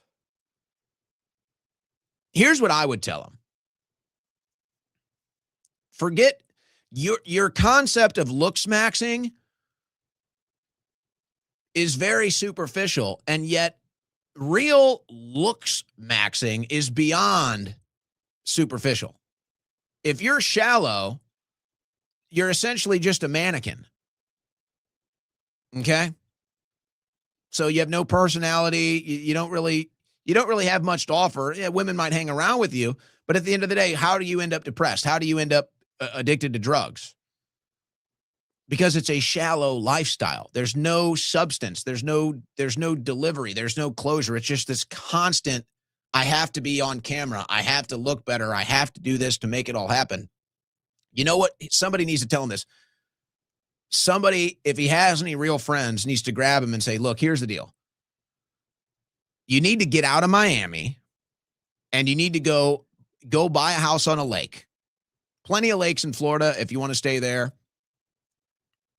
Probably might help, Midland, Florida might be the type of people he needs to hang out with. Maybe go to the Midwest, Missouri, go get a lake on the lake, go get a lake house on the Lake of the Ozarks.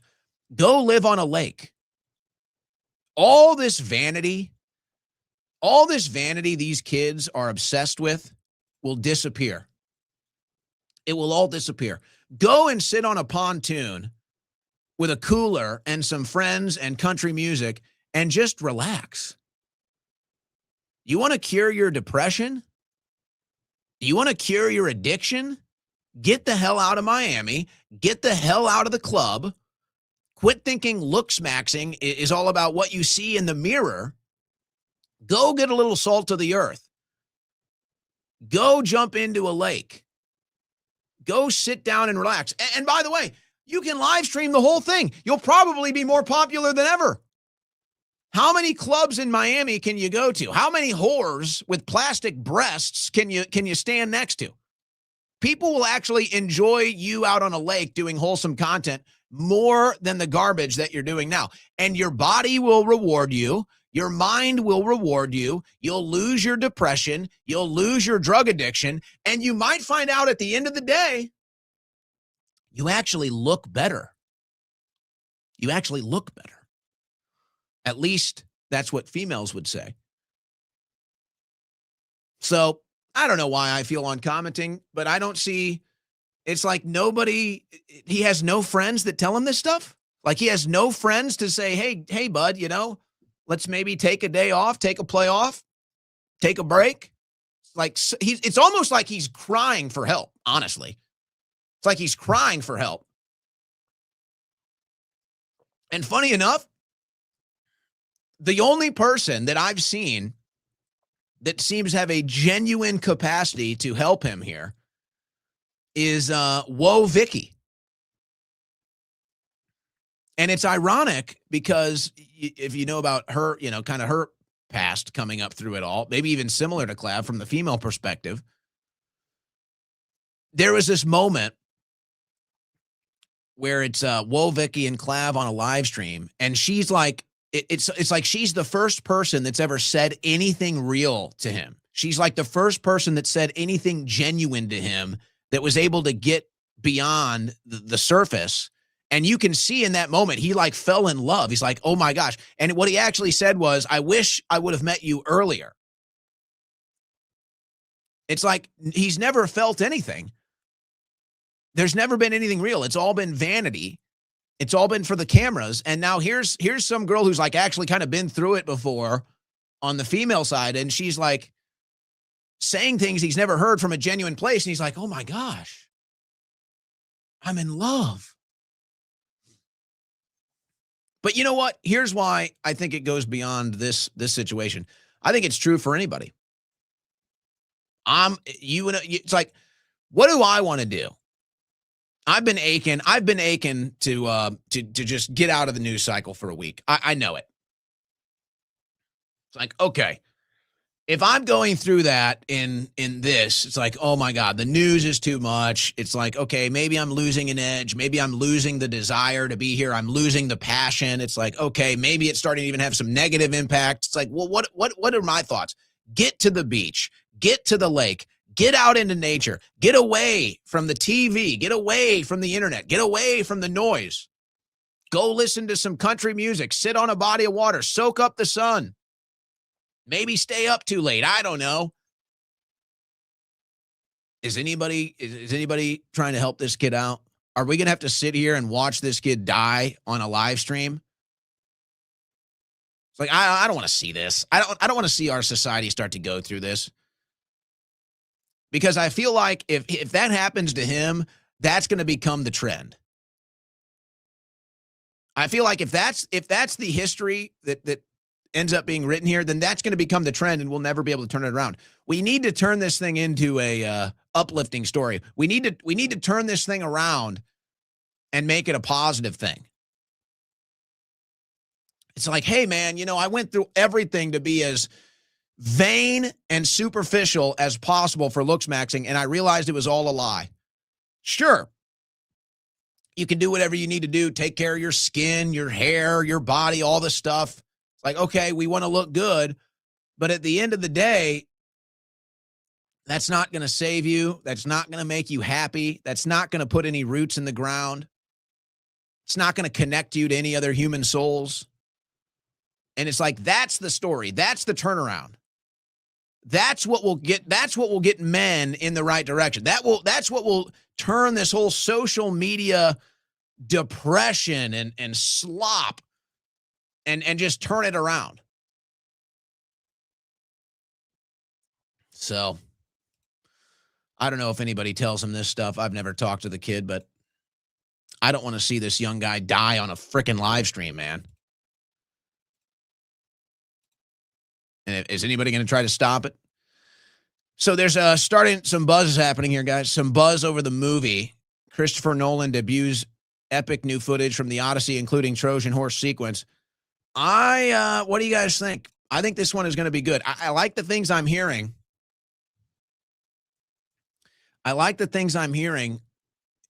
As far as what they decided to do shooting this film. And I've said it before. It's like, why do people... There's this weird connection you have with 80s movies, 90s movies. It's beyond the nostalgia. It's like, despite all the new graphics, editing techniques, those movies feel more real. And that's because you had to, in the 80s, early 90s, you had to go out there and you had to hit a scene. You had to go do a scene. It's like you had to actually do everything you see on camera. Now with all the different CGI and editing tricks and everything else that they can do, you don't even really have to do a scene half the time. Like, you don't even really have to do the scenes. You used to have to do the scenes. So with this movie, they're actually doing the scenes. It's like they're actually out there, old school, like cinematic presentations. We're actually going out on the ocean. We're actually in these damn boats. They're actually doing these scenes. So I think this is going to be a good one.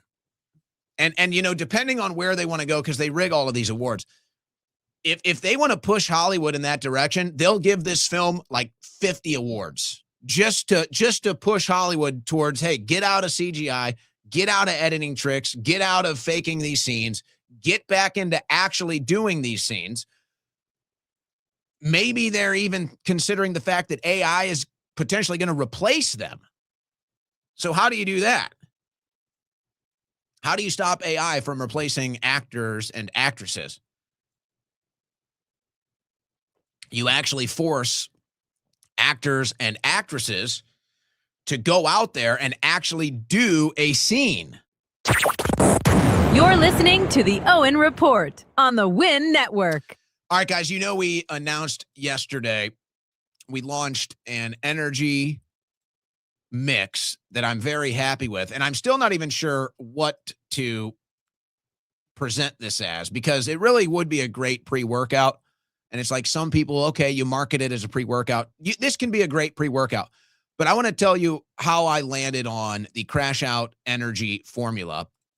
It is live today. You can get yours at crashoutenergy.com. Similar concoctions are $69.99. If you tried to find the most similar energy supplement drink mix out there on the market, it is $69.99. We're selling this as cheap as we can. And in fact, I will tell you, the different means you have to go through to produce a supplement like this, the different ingredients, the fulfillment. Let's just say we had phone calls today, and they're wanting a higher price. Now, luckily, they can't make the decision. I have the final decision on what the price will be, but they're like, look, dude, you're not even near the other competitors on the market. And I'm saying, good, that's what I want. So I want you to at least try it. Let me tell you how I landed on this, though. And maybe I'll tell more stories. For years, I have been taking energy drinks and nootropics before I go on air. I've been doing this for years. And I guess probably for the last 6-7 years, maybe even longer, right before I go on air, I have my energy drink mix and I have my nootropics. And so after doing this for years, I thought to myself, why wouldn't I just make something that has everything in one? Why am I sitting here with the separate energy concoctions? I've tried them all. And then the nootropics, drink the energy drink, take the nootropics down. Why don't I just combine it all into one formula? That's what I've done. I've taken the best nootropics for focus, mental clarity, mental energy, and then the best sources for just raw energy, caffeine, and I've put it all into one flavor. And then I've looked at the closest things on the market, and I've just basically almost cut the price in half. And it's a lot easier for me to do that because I don't have a bunch of employees that I have to pay. And the people that are involved in this transaction, they're saying, dude, you can be charging so much more for this. This is ridiculous. But it's my product. I can charge what I want for it. So it's going to stay at $39.99 for now. I want to keep it there. Let's plan on doing that. But let's just tell you, I'm getting a lot of pressure to raise it today on the phone. After we launched yesterday, we decided the price. They came back after fulfilling the orders and everything and said, hey, you should probably be charging more. I said, no. So crashout.energy, folks. I'm telling you, I don't have to do the stack of nootropics plus the energy drink. It's all in this formula. So for ultimate energy and focus, crashout.energy. Also a great pre-workout. If you want it for that, a great pre-workout as well. Crashout.energy, the first supplement from my personalized supplement line at Win Nutrition. This is all mine. This is like my baby, folks. I want this thing to go as far as it possibly can because I believe there's nothing like it on the market. Crashout.energy, the official energy drink of the Owen Report.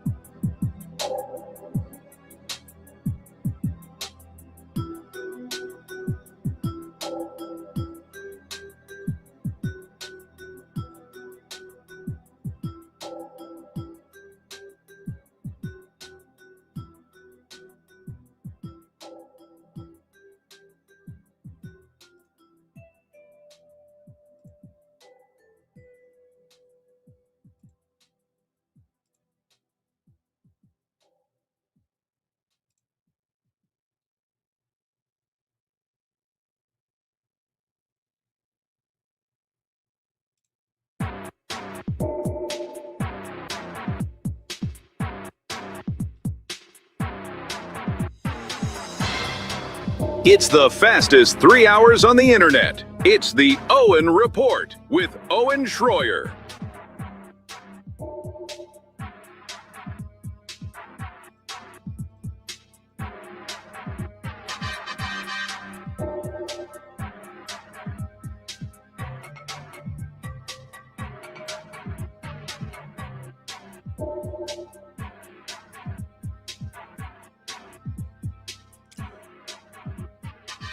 How do you guys feel about taking some phone calls today? Should we do some phone calls? Should we open the phone lines today?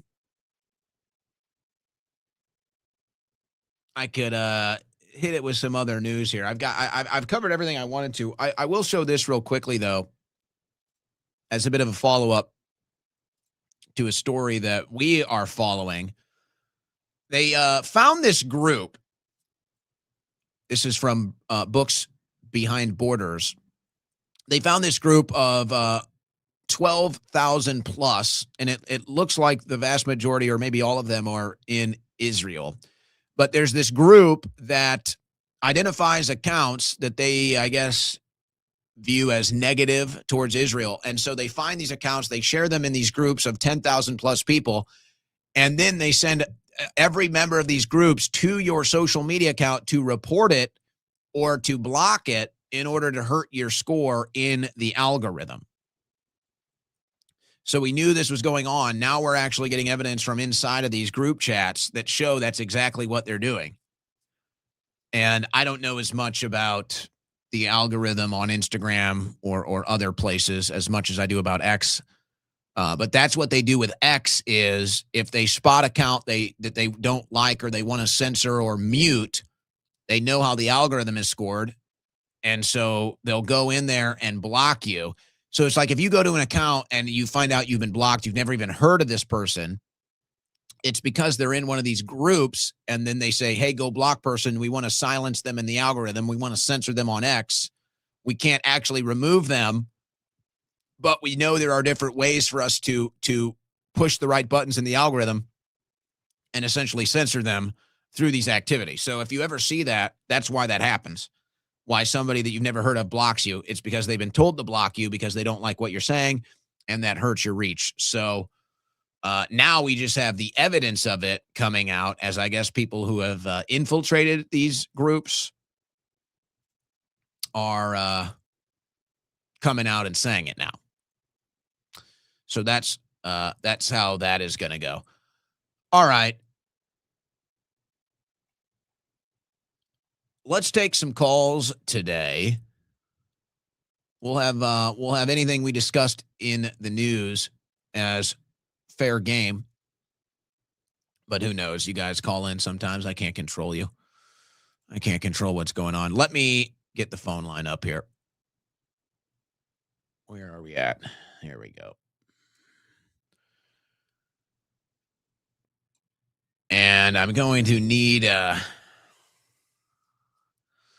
DMT to do a little work here because we do have these sound issues with the phone lines, guys. I'm trying to help it, but for whatever reason, it just mixes the audio. But we're gonna just kind of try to power through it today. We're gonna monitor it.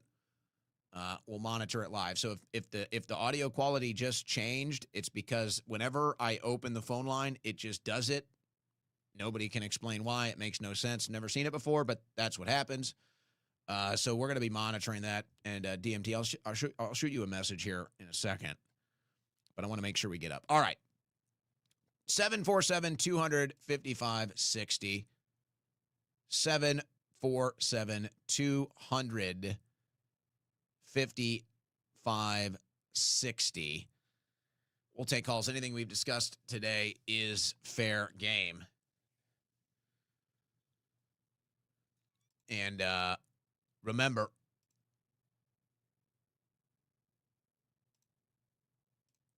I ask you your name and where you're from. You are on the air.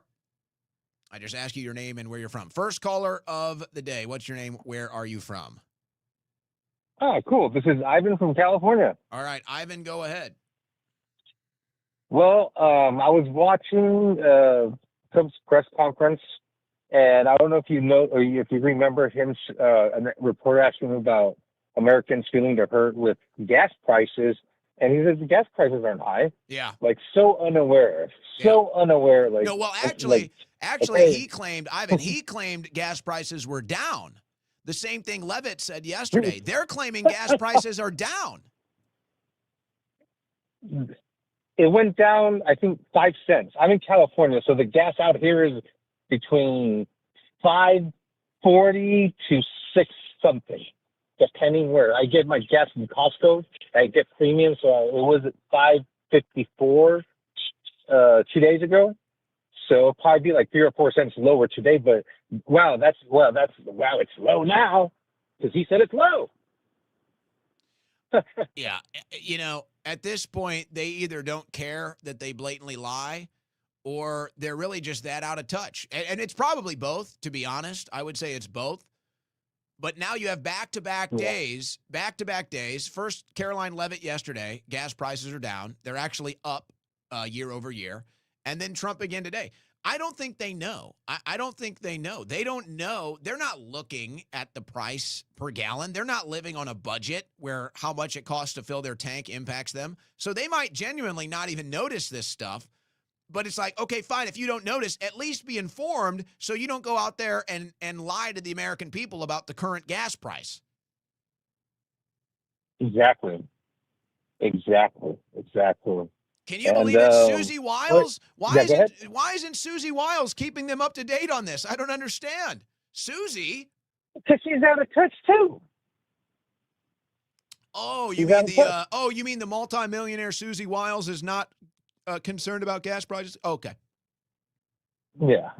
They when was the last time you think they ever went to a grocery store or to the gas pump to pump their own gas? I doubt it. Years? Probably years. Yeah. And one last thing, just want to let you know, I've been following you since you joined InfoWars in 2015. You've always been authentic. That's why I'm here every day religiously. Yes, I'm your liberal listener, but everything you say is great. I love it. Never change. I love your take on stuff. Never change, bro. Just want you to know that. Right on, Ivan. I appreciate that. Thank you. Means a lot. Really does. Next caller, what's your name? Where are you from? Hey, Owen. It's Tay from Florida. All right, Tay. Are you calling from a fishback rally line right now? No, I wish. Okay, so Fishback is in the villages, I believe, right now. Oh, he's in the villages. That's kind of hostile territory for him, then, wouldn't it be? Yeah. Yeah, I'd say. But I'm calling in to say that Donald Trump is not a peace president. He's a piece of shit president. All right. Well, I'm glad that. And I still use a Garmin. I don't know how you. How does the Garmin still gives you GPS coordinates? Like it's still live? Yes, and I still have map updates, lifetime map updates. Wow. How about that? You might be keeping Garmin in business. Did you see? Is Garmin in the? Can you buy stock in Garmin?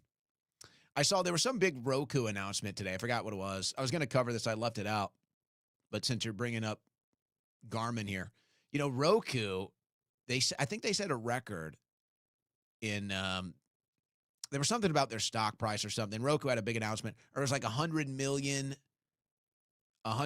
people are now using it. Some big thing with Roku. Roku is a good product. I was actually surprised. I was like, wow, good for Roku. I like Roku. And I went to check out their stock price. Their stock was $111. That one surprised me. I thought it would be cheaper than that. So anyway, Garmin, you're keeping Garmin in business, actually. Probably you and you alone. All right, next caller. What's your name? Where you're from? What's up, Owen? It's Alex from Kentucky. What's up, Alex? I'm helping to keep Garmin in business as well. Are you a fisher? I'm being told it's big for fishing and hunting. I have their inReach, their satellite communication device.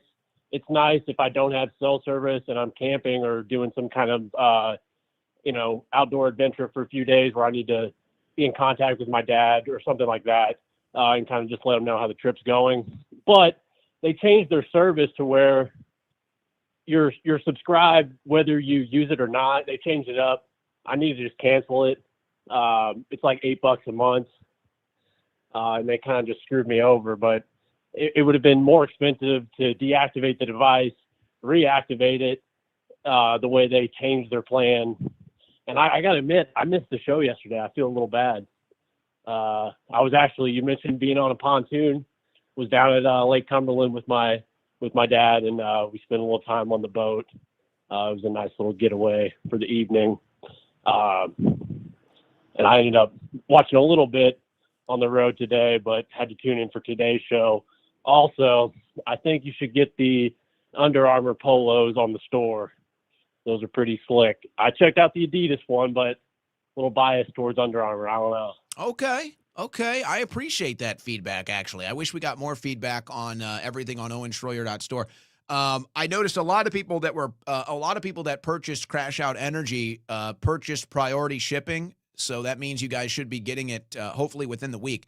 I hope to get some reviews on that next week as well. Is there anything better to help if you're experiencing, let's say, some depression? Is there much better than the lake? Is there much better than lake and country music? I'm not so sure. Do you know of anything for me? It doesn't really get much better than that. Just anywhere outside, I feel like. Maybe the beach. Maybe the beach. I would say the beach is the only one that competes. I'm more of a mountains guy myself. The beach is nice. I like a nice walk on the beach, but you're getting burnt all day, especially if you're not using sunscreen. There's, we don't want to go down that rabbit hole. No. Don't challenge me. Don't challenge me. I'll go to the beach. I'll go to the beach. Sunscreen? I'll go to the beach for a weekend. I won't put a drop of sunscreen on, and I'll come out of there without a burn, and it'll blow your mind. As a pasty cracker ass like me, it's unbelievable. Hey, thank you for the call, man. Glad you made it here today.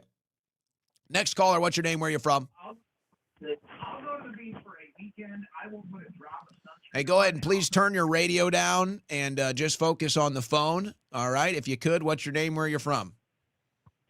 Chris for Pennsylvania. All right, Chris, go ahead.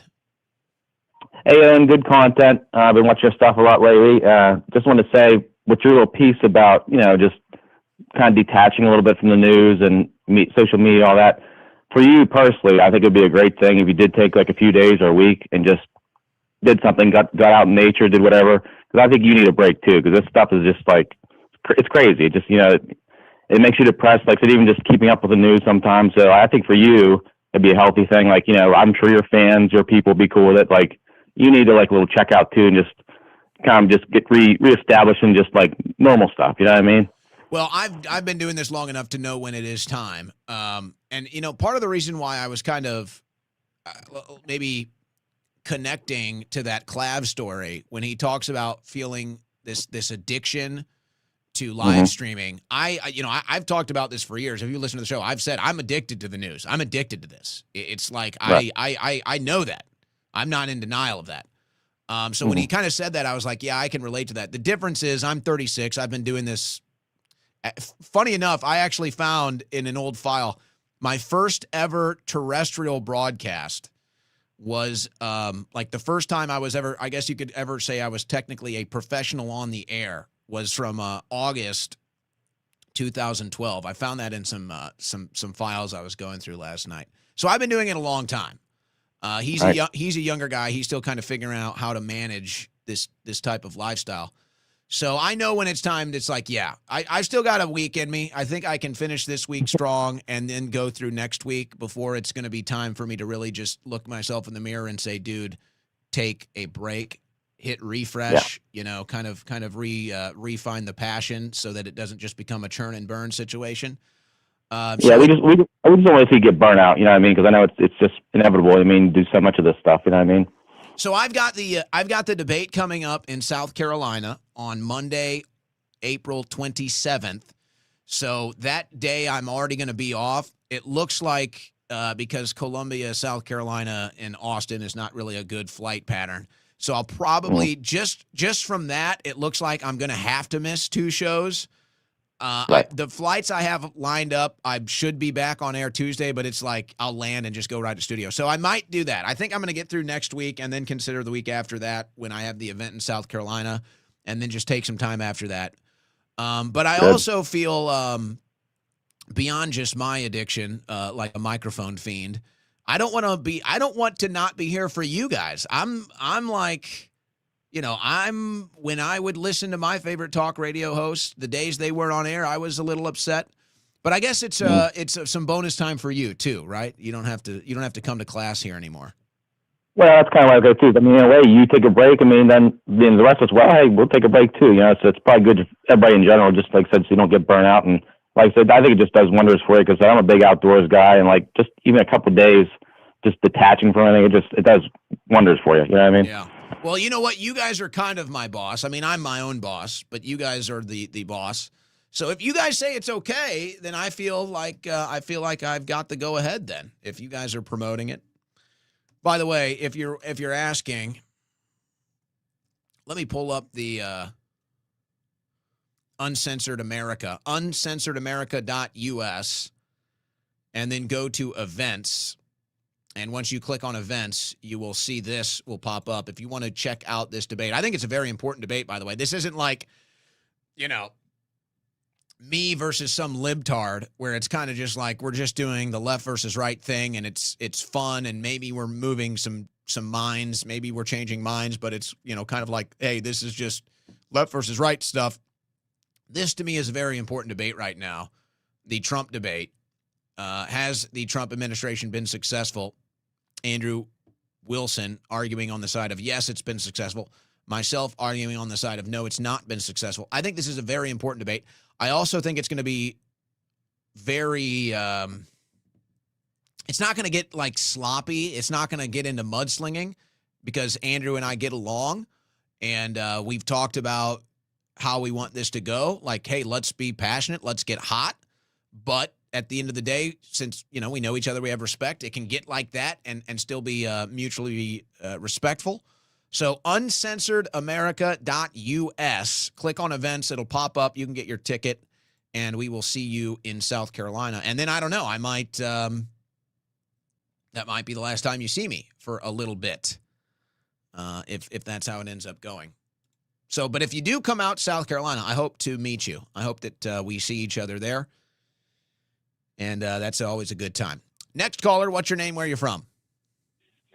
Hey, what's up, Owen? This is Nick from Mississippi, the #1 Schroyer warrior. All right, Nick. That's a new one. Okay, go ahead. Yeah, I was just, it's my last day in my 30s. Tomorrow I'll be 40. So I figured I had to call in and, get my last call in and being in my 30s. But, no, I was going to call and talk about this, the Jesus picture that Trump had posted on his White House page. That has turned a lot of people that I know that were still kind of hanging on and riding the Trump train. That has pretty much everybody except a couple people. It has completely changed their mind on him. And the latest story I heard from people that were still trying to defend it was that wasn't real and Iran made it with AI. Yeah. So it's just, that's I don't when, know. that's kind of... That's when we have the unfortunate reality smack us in the face that whatever is left of MAGA is just not serious anymore. They're just they're just as bad off as the left was with Biden claiming he was sharp as a tack. That's where a lot of MAGA is now. They're just in full denial of reality. It's an unfortunate thing. It's bad. The only way to go is America first and America only. That's it. I don't know what you saw. I saw there was a video. MS Now did it. The longer video was like 5 or so minutes. I don't know what they ended up airing, but they went to some of the reddest areas in Florida. MS Now, they went to the reddest areas in Florida to a gas station or to different gas stations, and they were asking Trump supporters what they thought of that photo, and they were pissed. They were pissed, and that was in a very red area of Florida. So I don't know where you're talking about the people, or maybe that's an experience. What is it? Are you saying that you're talking to people that got offended by that? Yes, I'm in like South Mississippi, like I'm an hour and a half off of the Gulf Coast, and the people I'm talking about are people I know, like my family and friends around this area, and then also out there talking to my in-laws out there in the Houston, Texas, Humble area. So yeah, it's pretty hardcore, Republican areas, and Well, they were defending the Israel and all that with the going to war and stuff, but after this Jesus picture, that kind of messed things up. And I saw last night where Roger Stone had made a version of him being in it. So I thought that was like shooting himself in the foot kind of thing too. Well, you know what, Roger, he can do whatever he wants. Yeah. And he's not the president, so he doesn't have to deal with accepting backlash on behalf of the country like the president might. So right. Yeah, I love Roger. I just thought it was strange. I feel like Catholics. And happy birthday. Thank you for the call. Big 4-0. Happy birthday. I feel like Catholics right now are feeling a little under the gun. I feel like Catholics are feeling like they're kind of being told to sit down and shut up right now. And I don't think it's going over very well for Trump inside the Catholic Church. I think a lot of people are taking Trump's attack on the Pope seriously, maybe personally. I think a lot of people are looking at how the Catholic Church is now under attack as far as ideology is concerned, as far as the actual religious practice is concerned. Seems like Catholics are under a lot of heat right now, and Catholics are kind of sitting here shrugging their shoulders saying, hey, what did I do? But I think that there is definitely something is hitting the Catholic Church right now, especially Trump supporters inside of it, and they're saying, hey, this isn't right. This doesn't feel good. So, let's see how many people we can piss off before the midterms. It's a good strategy. Next caller, what's your name? Where are you from? Next caller, going once, going twice. Hello? What's your name? Where are you from? This is Lynn. All right, Lynn, what's on your mind?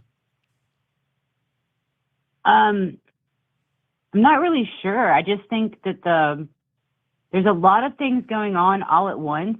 The war, especially. Do we know what's really happening? We see footage, but a lot of this stuff looks like AI.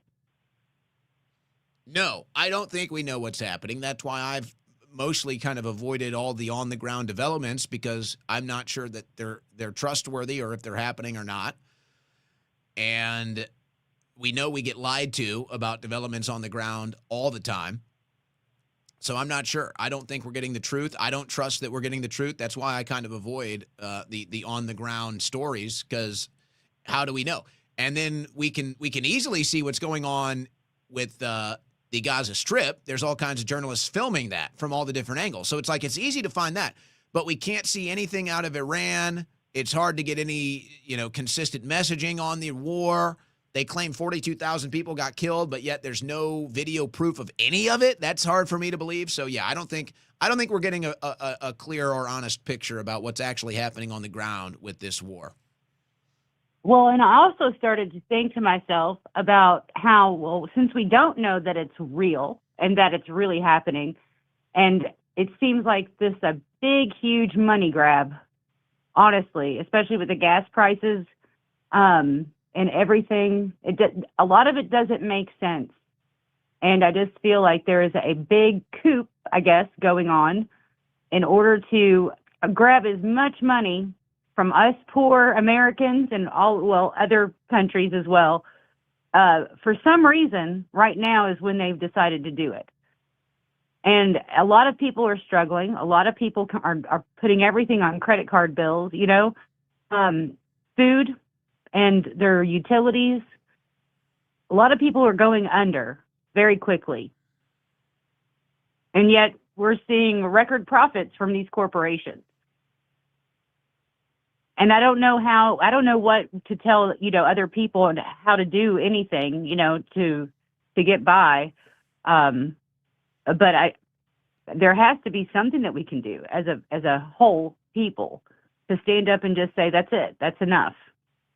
We're done. We're cutting you off. because we're the ones supplying the money for this war or this fake war, whatever's going on. And not paying your taxes, like right now, everybody's filing their taxes, their income taxes. Why? Why are you participating? Why are people participating in a system that's not representing them? Well, we know why. Fear and intimidation from our corrupt government. Unfortunately, that's why nobody wants to deal with the IRS crushing them. So that's it. But a lot of people agree with what you're saying. A lot of people feel the pinch. You could say we have a duty not to pay taxes. We have a constitutional duty to not pay taxes. We have a global duty from the Nuremberg decisions not to pay taxes to this corrupt government, but that's our corrupt government after all, and they'll come get you. And that's the fear. That's the fear that we're under. And you know what? I was even thinking about doing a monologue on this, but since you bring it up, I'll be short and sweet here.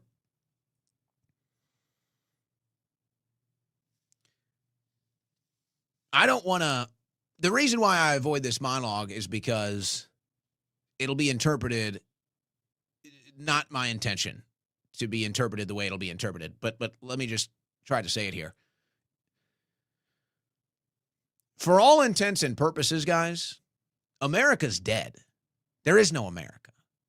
We've never lived in America. You and I have never lived in America. Now, we've lived in a country called America. We've lived in a landmass with the American flag flying over it as America. We're still Americans. America as a country, as a concept, still exists.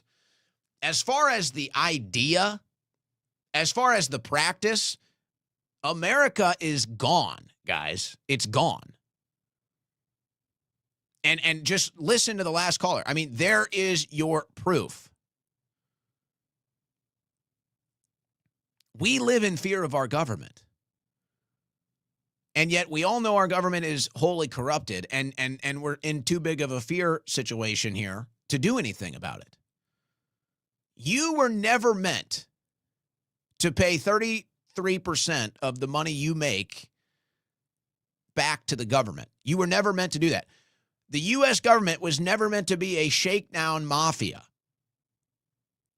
You were never supposed to work and then give your money to foreign and special interests. The purpose of America was never to be some sort of a corporate government entity that goes about the world off the taxpayer dollars dime and enforces its will around the world. That was never meant to be. Now, you could say as America grows, maybe this becomes a necessity to have such a foreign policy. But as far as being an American, the idea of free speech, the idea of privacy, the rights, the Second Amendment, the First Amendment, self-reliance, self-government, it's all gone. It's gone, guys. We don't live in America. We're not free. The American citizen today is not free at all. The American citizen today is very much a slave. Sorry. Now, don't get me wrong. Again, it's like, I'm not trying to be negative. I don't want this, like, people will come out and twist this and say all this logic, like, oh, look at Schroyer, all this stuff. No, I love America. I believe in America. I believe in the idea of America. I want to believe in the big hopium that we can get America back. I want to believe in the hopium that we can create a country again with self-government, self-reliance, actual independence, where we don't live in fear of our government. I want to believe, I want to have a dream that we can get there again. But let's not kid ourselves. America's dead. You're born into a slave system. You're born into a debt system. And now people sit here and they look at how corrupt things are, and everybody knows it. They say, I don't want to pay taxes. I don't want to pay taxes. I get taxation without representation. My government is totally corrupt. Plus, I'm broke. I don't want to pay taxes. And then everybody lines up to pay taxes because we live in fear of our government, because we're not a free people. That's just the truth.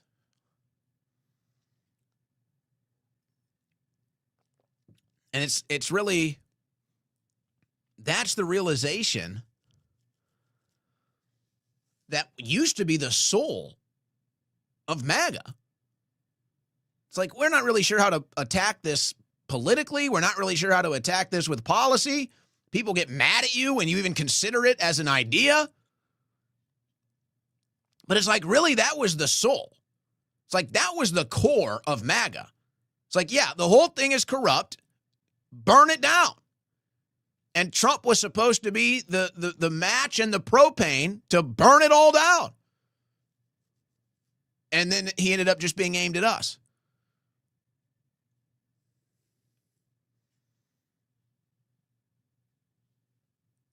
So people find that and oh, look, doomer, black pillar, the same stuff.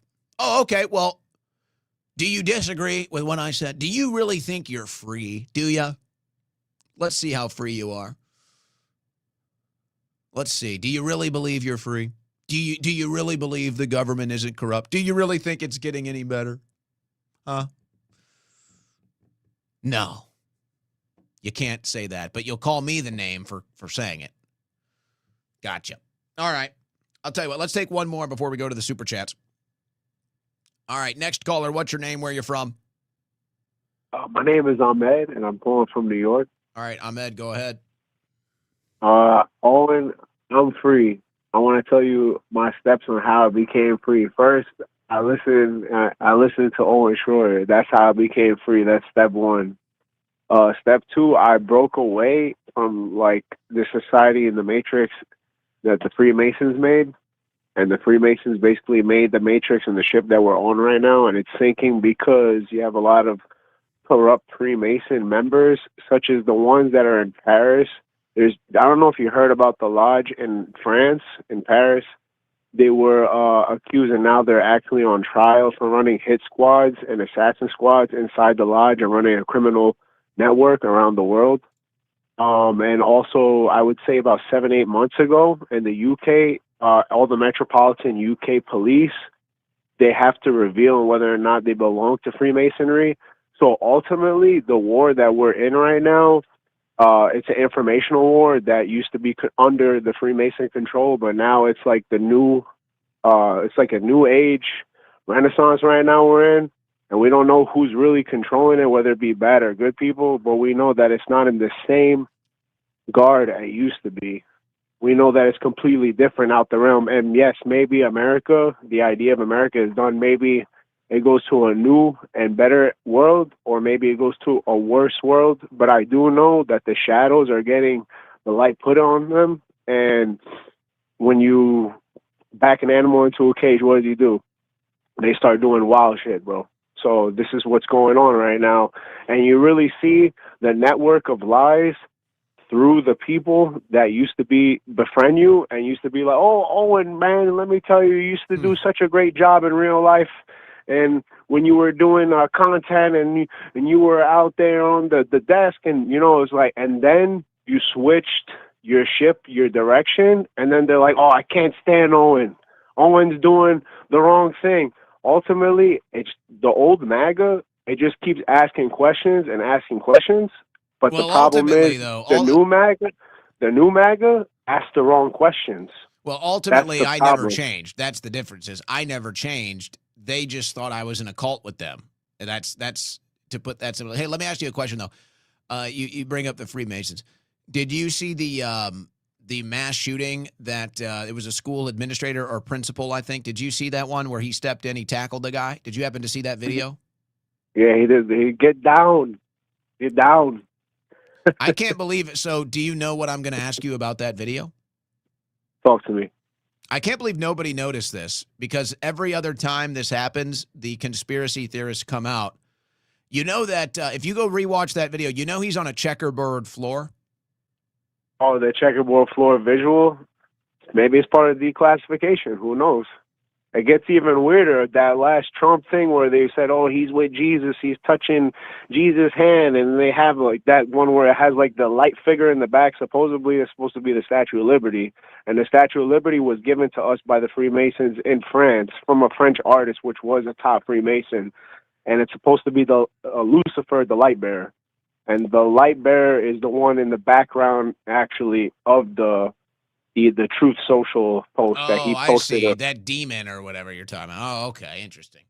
Yeah, nobody was talking about that chessboard in the video. Plenty of people not trusting the story, but I didn't see anybody on that one. So I'm surprised you didn't. All right, Ahmed. Thank you for the call. Okay. All right, let's go to the super chats now. Tried to do a little working with the sound there, guys. Let me know if it was any better. We adjusted a couple things. We do it live. It's what we do. We do here live.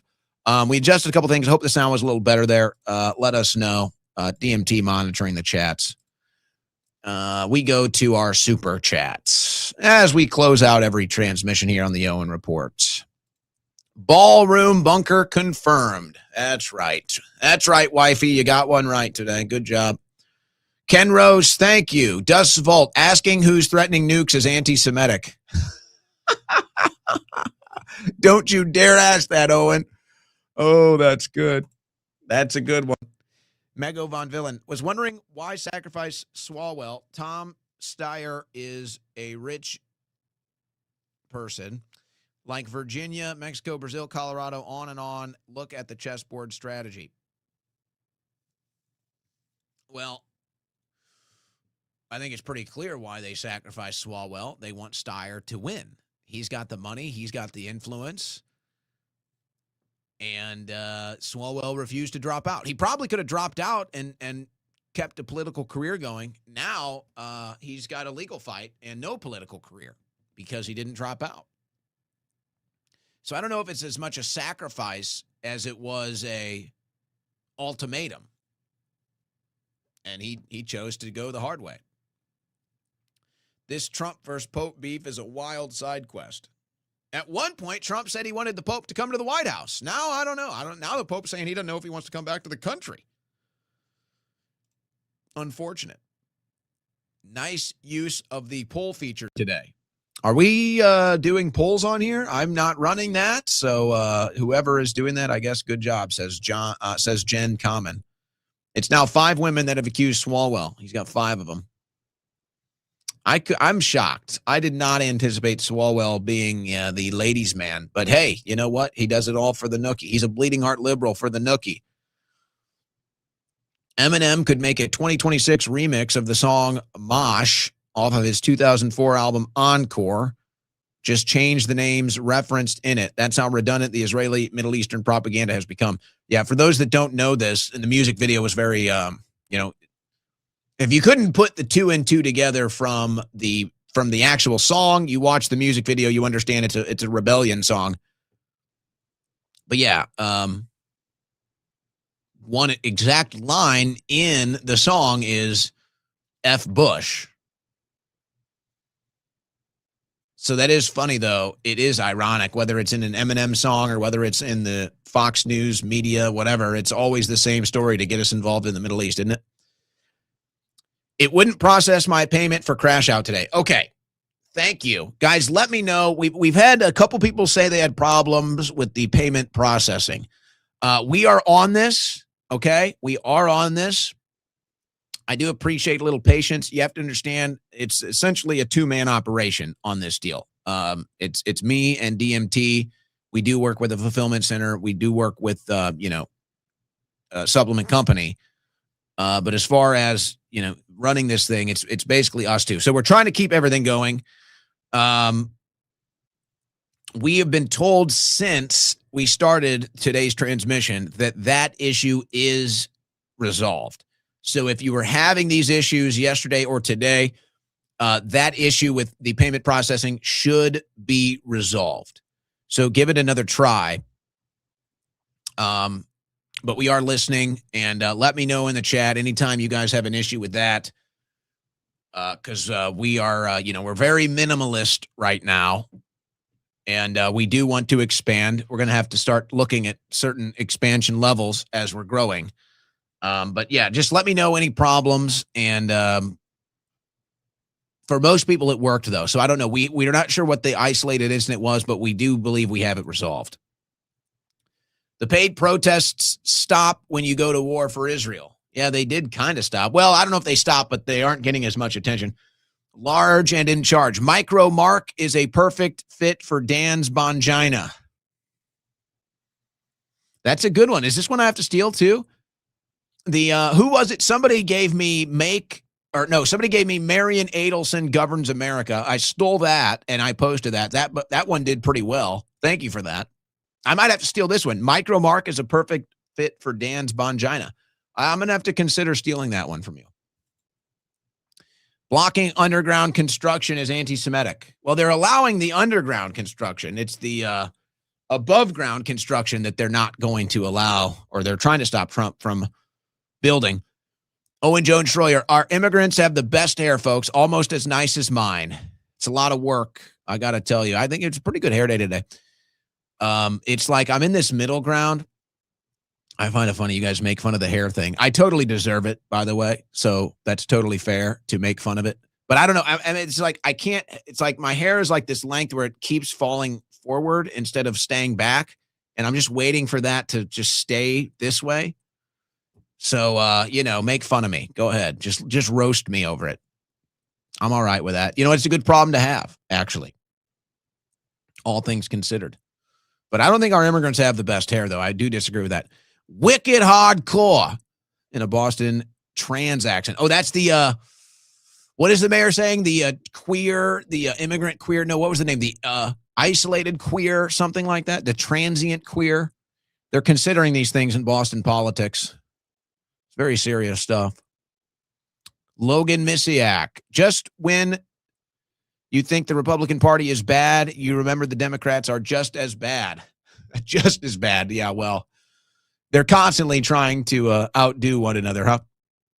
Hit up a meeting, Pete. Poor Pete. Poor Pete, man. And he does this thing, too. It's just like you start to notice this stuff when the whole pocket square thing, it's all wearing thin. The whole vanity of this administration is all just wearing thin. NASA, hey, NASA is fake, and we are not in a ball spinning. That's retarded. Just wanted to say that. Just wanted to get that out there, did you? Very good. JV free. Doesn't mean U.S. should go to war, but defense is a core federal responsibility. All other programs are not. Reach out to AJ if he hasn't. It's a must. I already did. How long before energy lockdowns? And Trump, like Biden, is wearing a diaper. And when you are bringing Nino Rodriguez on for the latest White Hats intel. When am I bringing Nino on? I am not a mutual follow with Nino. I used to be. So I don't really have a way of reaching him. I've talked to him before. But he's like, is he still clinging to the Q stuff? I know he's been kind of a big pusher of that. Wotan. Just like the painter and Henry Ford, Walt didn't like the tribe. They've been all totally vindicated. Huh. Clavicular is male, as far as I know, but I guess nobody knows these days.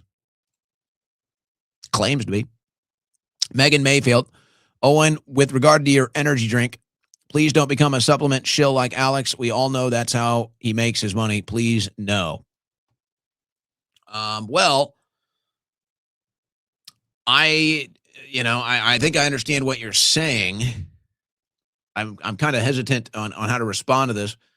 I did start Win Nutrition. Crash Out is the first supplement we have. I do have another supplement in the works.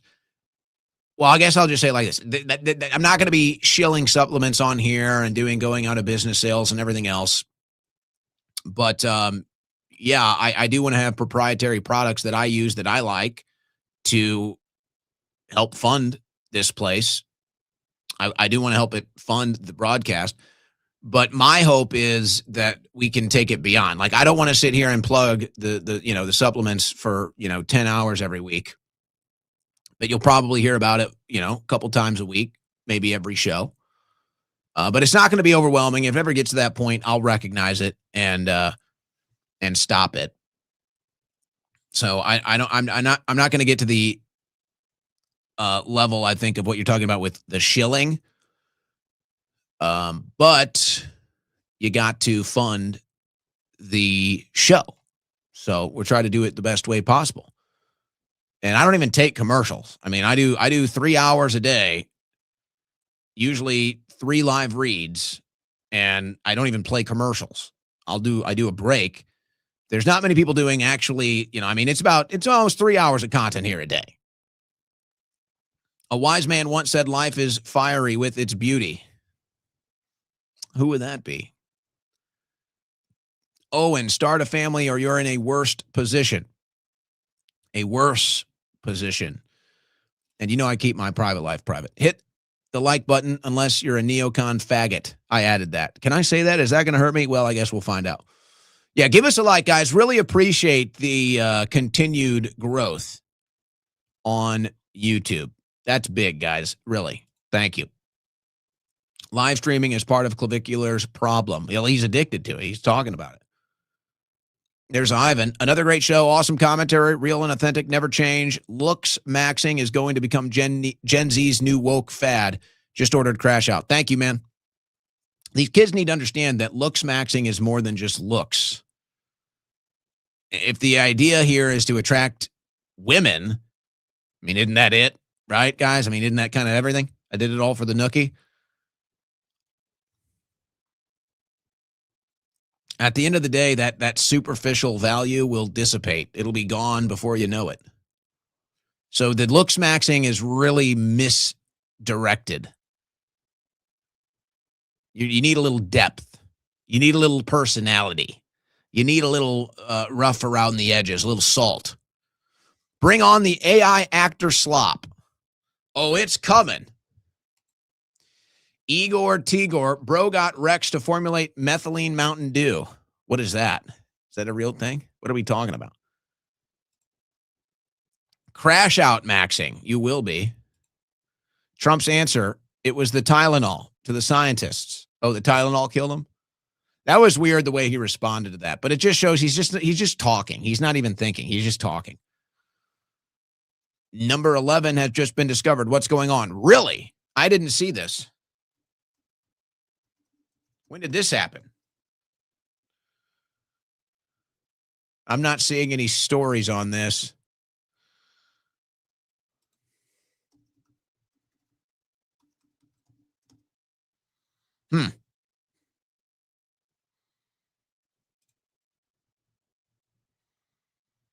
Haven't spoken to our relevant agencies. White House responds while addressing whether missing U.S. scientists' cases are connected. I'm not seeing anything about an 11th, so I'm not sure where you're getting that.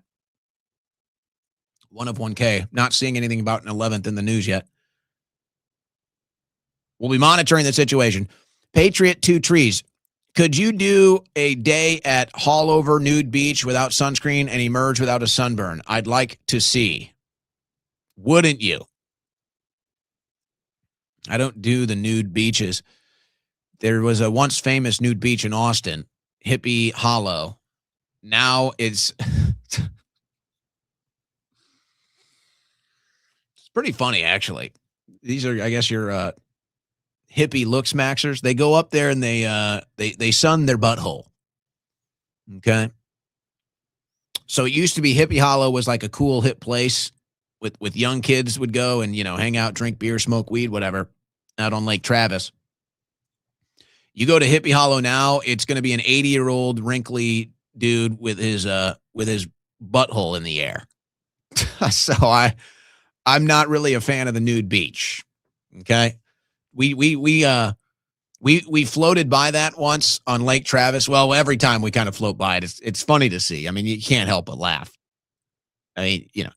Old gray-haired dude naked with his legs up in the air. Pretty funny. So I see that and I'm like, yeah, I'm good. I'm good on the nude beach thing. Rob Garrity, this just in. Mark Levin says swarming bees in Israel are anti-Semitic and demands that Trump provide military intervention. Hey, don't give them any ideas. Easy. They don't need any other excuses to get more money and weapons and some new thing to blow up. Come on, man.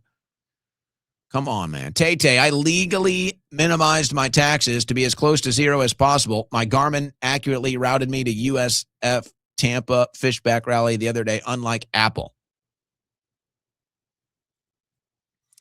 You know, they came out, the top earning companies paid $0 in taxes. So it was like Apple, Tesla, Starlink. I don't remember. All these companies, they paid $0. Zero. We're talking $100 billion companies. They paid zero in taxes. Now, I don't mind this. Actually, I don't mind. The corporate tax rate is way too high. I don't like taxing anybody. I'm a tax minimalist. Maybe even 0% corporate taxes, quite frankly, like 1% max. So I don't really care. You know, it's like this is supposed to piss me off that people are not paying taxes. That actually makes me happier. The problem is the way it's interpreted, and this is a fair interpretation, but this is why the left wins on this issue. It's interpreted as, hey, the rich don't pay their fair share, and then they use this as an example. Now, again, the rich pay more than their fair share. The rich pay the vast majority of taxes, but having said that, the rich also avoid paying a lot of taxes because they can pay a tax attorney, $250,000 a year to run their books, so that saves them $250 million in taxes every year. That's a worthwhile investment. So they have the means to do it.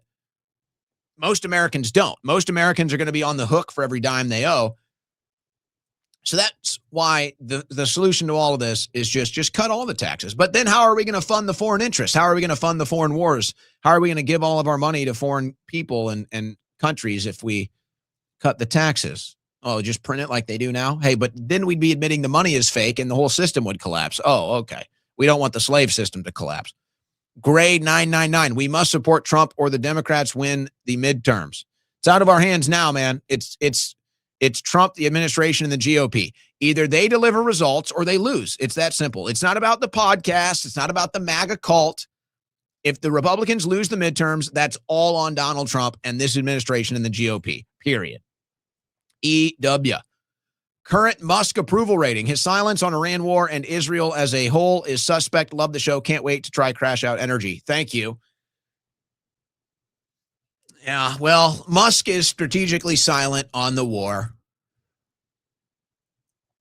I don't want to get too into the weeds with some of this recent stuff Musk has been doing or promoting. It's not that bad. I get a lot of heat for having the positive approval rating of Musk. So right now, I'd say Musk is at a 52% approval rating for me. 52% approval rating for me. So he's still on the positive for me. Musk is still on the positive for me. I don't blame him for the issues on X. I don't think it's his fault. He might even be getting sick of it, to be honest. So, but we can't have him sell it. It's if Musk owns X, I think there's at least hope that we can keep it a free speech platform, though it is having some bigger issues lately on these fronts. I still have Musk at a positive. I still have Musk at a +2. I still have Musk at a 52% approval rating. And I don't blame him if he wants to be silent on the war for Iran. I don't follow him for Iran war news, so it doesn't bother me as much. I think he's strategically silent. And maybe he knew this was coming a long time ago. And that's why Trump is in the files. Time for the big bomb. But I know there's a lot of debate on that. People in my audience, that might be an unpopular opinion with me liking Musk having a positive approval rating. Is it true DMT was a logistics manufacturing account executive for a decade and fought heavily to keep the price of Crash Out low? This is pro DMT propaganda on the official Owen Report YouTube page. I wonder where it's coming from. I wonder who is posting this in the super chats. I wonder where the $5 came from. But that is true. That is true. When we were going through like I said, folks, me and DMT, I mean, we pretty much run everything. I mean, it's a two-man show here. And I pretty much run all the show, and he handles a lot of the administrative stuff. And then we have a social media girl. It's literally a three-man team. The Win Network, the Owen Report, two men, one woman team. So when we were dealing with it, because they weren't even involved, we made the purchase for the product. We made the purchase for the fulfillment, everything. We made the purchase. We're in charge of the price. We have a fulfillment center and the place where we get the source for the ingredients, and we just pay them to do the service. The product is ours. We're in charge of the bottom line here. So, and I think it's all good, by the way. When I was getting phone calls and messages about raising the price this morning, like, hey, competitors are $69.99. You could be charging this much. Here's other sales tactics to get us, blah, blah, blah. And so I heard all of that, and I was like, yeah, well, they make good points. And then we had the final discussion with DMT, and he said no. And we already reached this decision, by the way. But, you got to look at all different options. You got to hear all opinions if you want to be, a good business leader. And we already made the decision. The decision was always, we're going to have the highest quality at the lowest price. Like, that was always going to be the decision. So yeah, DMT, when we were talking about, he said, no, we're keeping the price low. We don't need to do these different sales tactics and gimmicks and, all this stuff. If you want to think about that later, fine. We're not doing that right now. We're not doing that. So we're just going to keep it where it's at. And DMT did fight for that. He did. Wifey says she might call next time. What are your views on alien and UFO conspiracies? I don't think too much about them. It does seem that, they're pushing these things to the mainstream more than ever, which has me skeptical. And we're all the aerial phenomenons that we keep seeing that are odd. It's all very odd timing. And then the scientists disappearing. It's all very odd timing. The UFO files coming out, the alien files, apparently Trump's going to give us that. It's all very odd timing.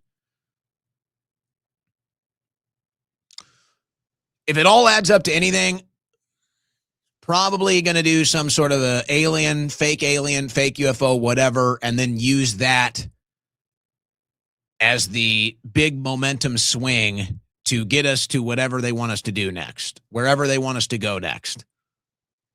Global government, I don't know what it is. Centralized something. But, I can't sit here and say that we do have all the answers. When you look at human history, we've obviously been lied to about that. You look at the pyramids. You look at the monoliths. So something has been on this planet with technology that we simply do not understand in our historical timeline. So whether that's aliens or just different human civilizations, that's where it gets real for me. As far as all this stuff going on with the government, I don't know. We'll have to wait and see. Get married and have some little kiddos, Owen, from Samantha Lee Jones. Are you volunteering? Let's start. Let's go.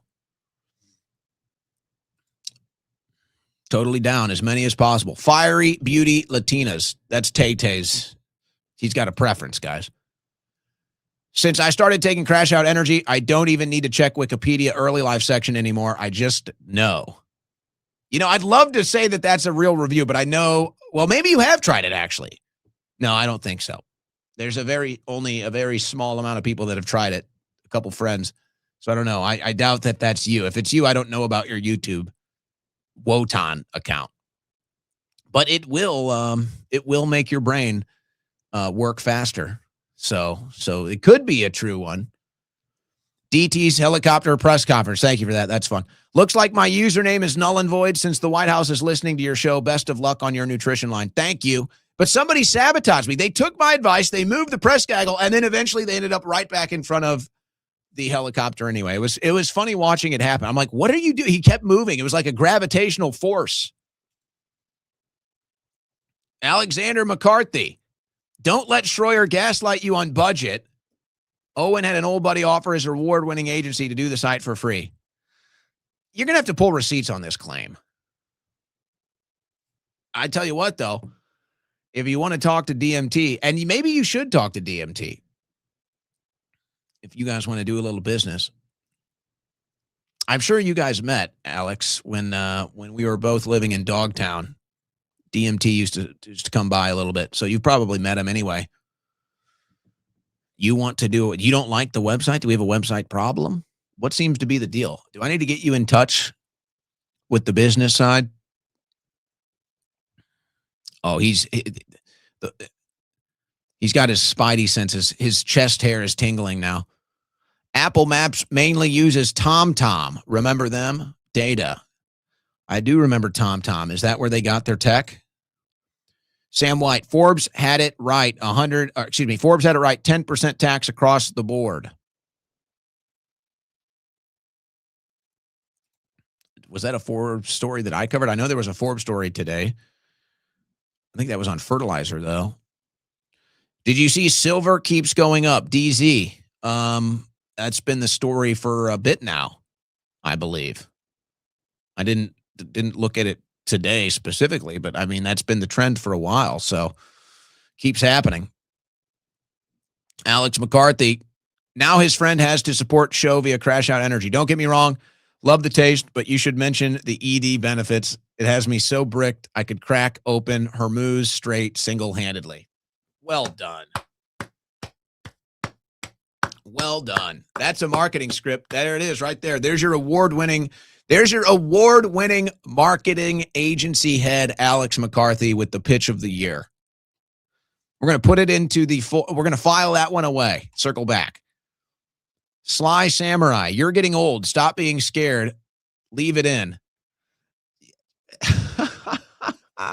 This is great. Okay. Let's line them up then. What are we waiting for? I'm getting old. You guys think you got it all figured out. NASA, we don't know for sure what's coming, but I put my money on whatever David Icke is predicting. Dude has been on point, but he does look like a reptile. Come on, David's old now. What is he, like 70, 80? He's up there in age. His son is very active. Son is maintaining the family legacy. Tulsi groveling to keep job with me mom Holly post. I saw that. I didn't bring it up. They're all doing it today. Everyone in the Trump administration is contractually obligated to remind everybody about the Holocaust today or yesterday. All right. Got to remember the woke right runs this now. That's what that is. Jody Kitchen. Will you have new flavors coming out? My husband drinks 2 Red Bulls a day. I worry about his health. I'm hoping he likes Crash Out. Absolutely. We plan to have new flavors. I want to wait and see once this first run is complete and we've sold all of the units. I think we keep it around. I think the pomegranate flavor will probably stay, but we might have to offer an alternative because it is the pomegranate flavor. Some people might not like the taste of pomegranate. So they might want something a little more fruity, a little more tropical, something like that, a little sweeter without kind of the bitterness that pomegranate has. So we are considering new flavors, but I want to wait and see till we get all the reviews in about Crash Out. But yes, this can replace those toxic energy drinks. This can replace it. And I'm hoping we get to a point where we can have the sticks, the packets, so that you can take it on the go. And it's not just the canister, but you can have a packet you can take on the go and, put it in a bottle of water or whatever. So I'm hoping we can get that. But yeah, you should concern about his health if he's drinking 2 Red Bulls a day. That's a good concern. And I am offering an alternative. And he can try it. If you're drinking Red Bull, you're drinking it to get that immediate energy kick, obviously. So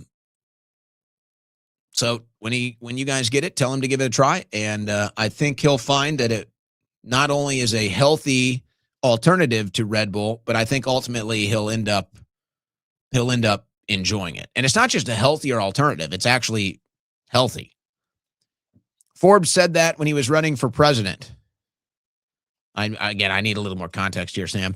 Come on, bro. You could have any woman. Let's go. You think? Any woman? What is going on? Why do you guys want to know about my private life? You know I don't do that. You know I don't do that stuff. I don't do private life, personal life stuff. I mean, I like telling stories every once in a while, but I don't come on here and make my content, my transmissions. I don't do that about personal, private stuff. You guys are trying to crack me open here. Trying to open me like the Strait of Hormuz.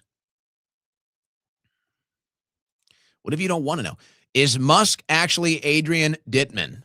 I don't think so, but the voice is so crazy that it's hard to believe it's not. But I don't think it is. I was really curious about that for some time, and I think I've seen enough evidence that it's not. And I've even talked to Dittman, and of course, he claims it's not. I don't think it is. No, I don't think it is. Could it be AI? Maybe. Dittman used to claim he was going to do some big reveal and show everybody the truth, but I don't think that ever happened. So, but no, I don't believe it's Musk. I don't think it's Musk. I've seen enough evidence to believe it's not Musk. But based off of their, let's say cooperation, you can certainly understand why people would be so skeptical of that. Even more so considering they sound exactly the same. Crazy how they sound exactly the same. Like impossible even. That's why people can't believe it. So there you go. Maybe that's what we'll do, guys. We'll just have the party. We'll have the party. We'll invite some fans of the show. We'll do a dating show. How about that? Some of you unhinged listeners probably support that idea. Sounds awful to me. But you keep asking, you keep prying. Eventually something cracks, Eventually. All right. That's going to do it for today. That's it for today. We're going to take a 21-hour break. And we'll be back again, same time, same channel tomorrow. Oh, it's Friday tomorrow. Can you believe that? Did this week just fly by or what? This week flew by. Tomorrow is Friday. We'll see you then. God bless. Godspeed.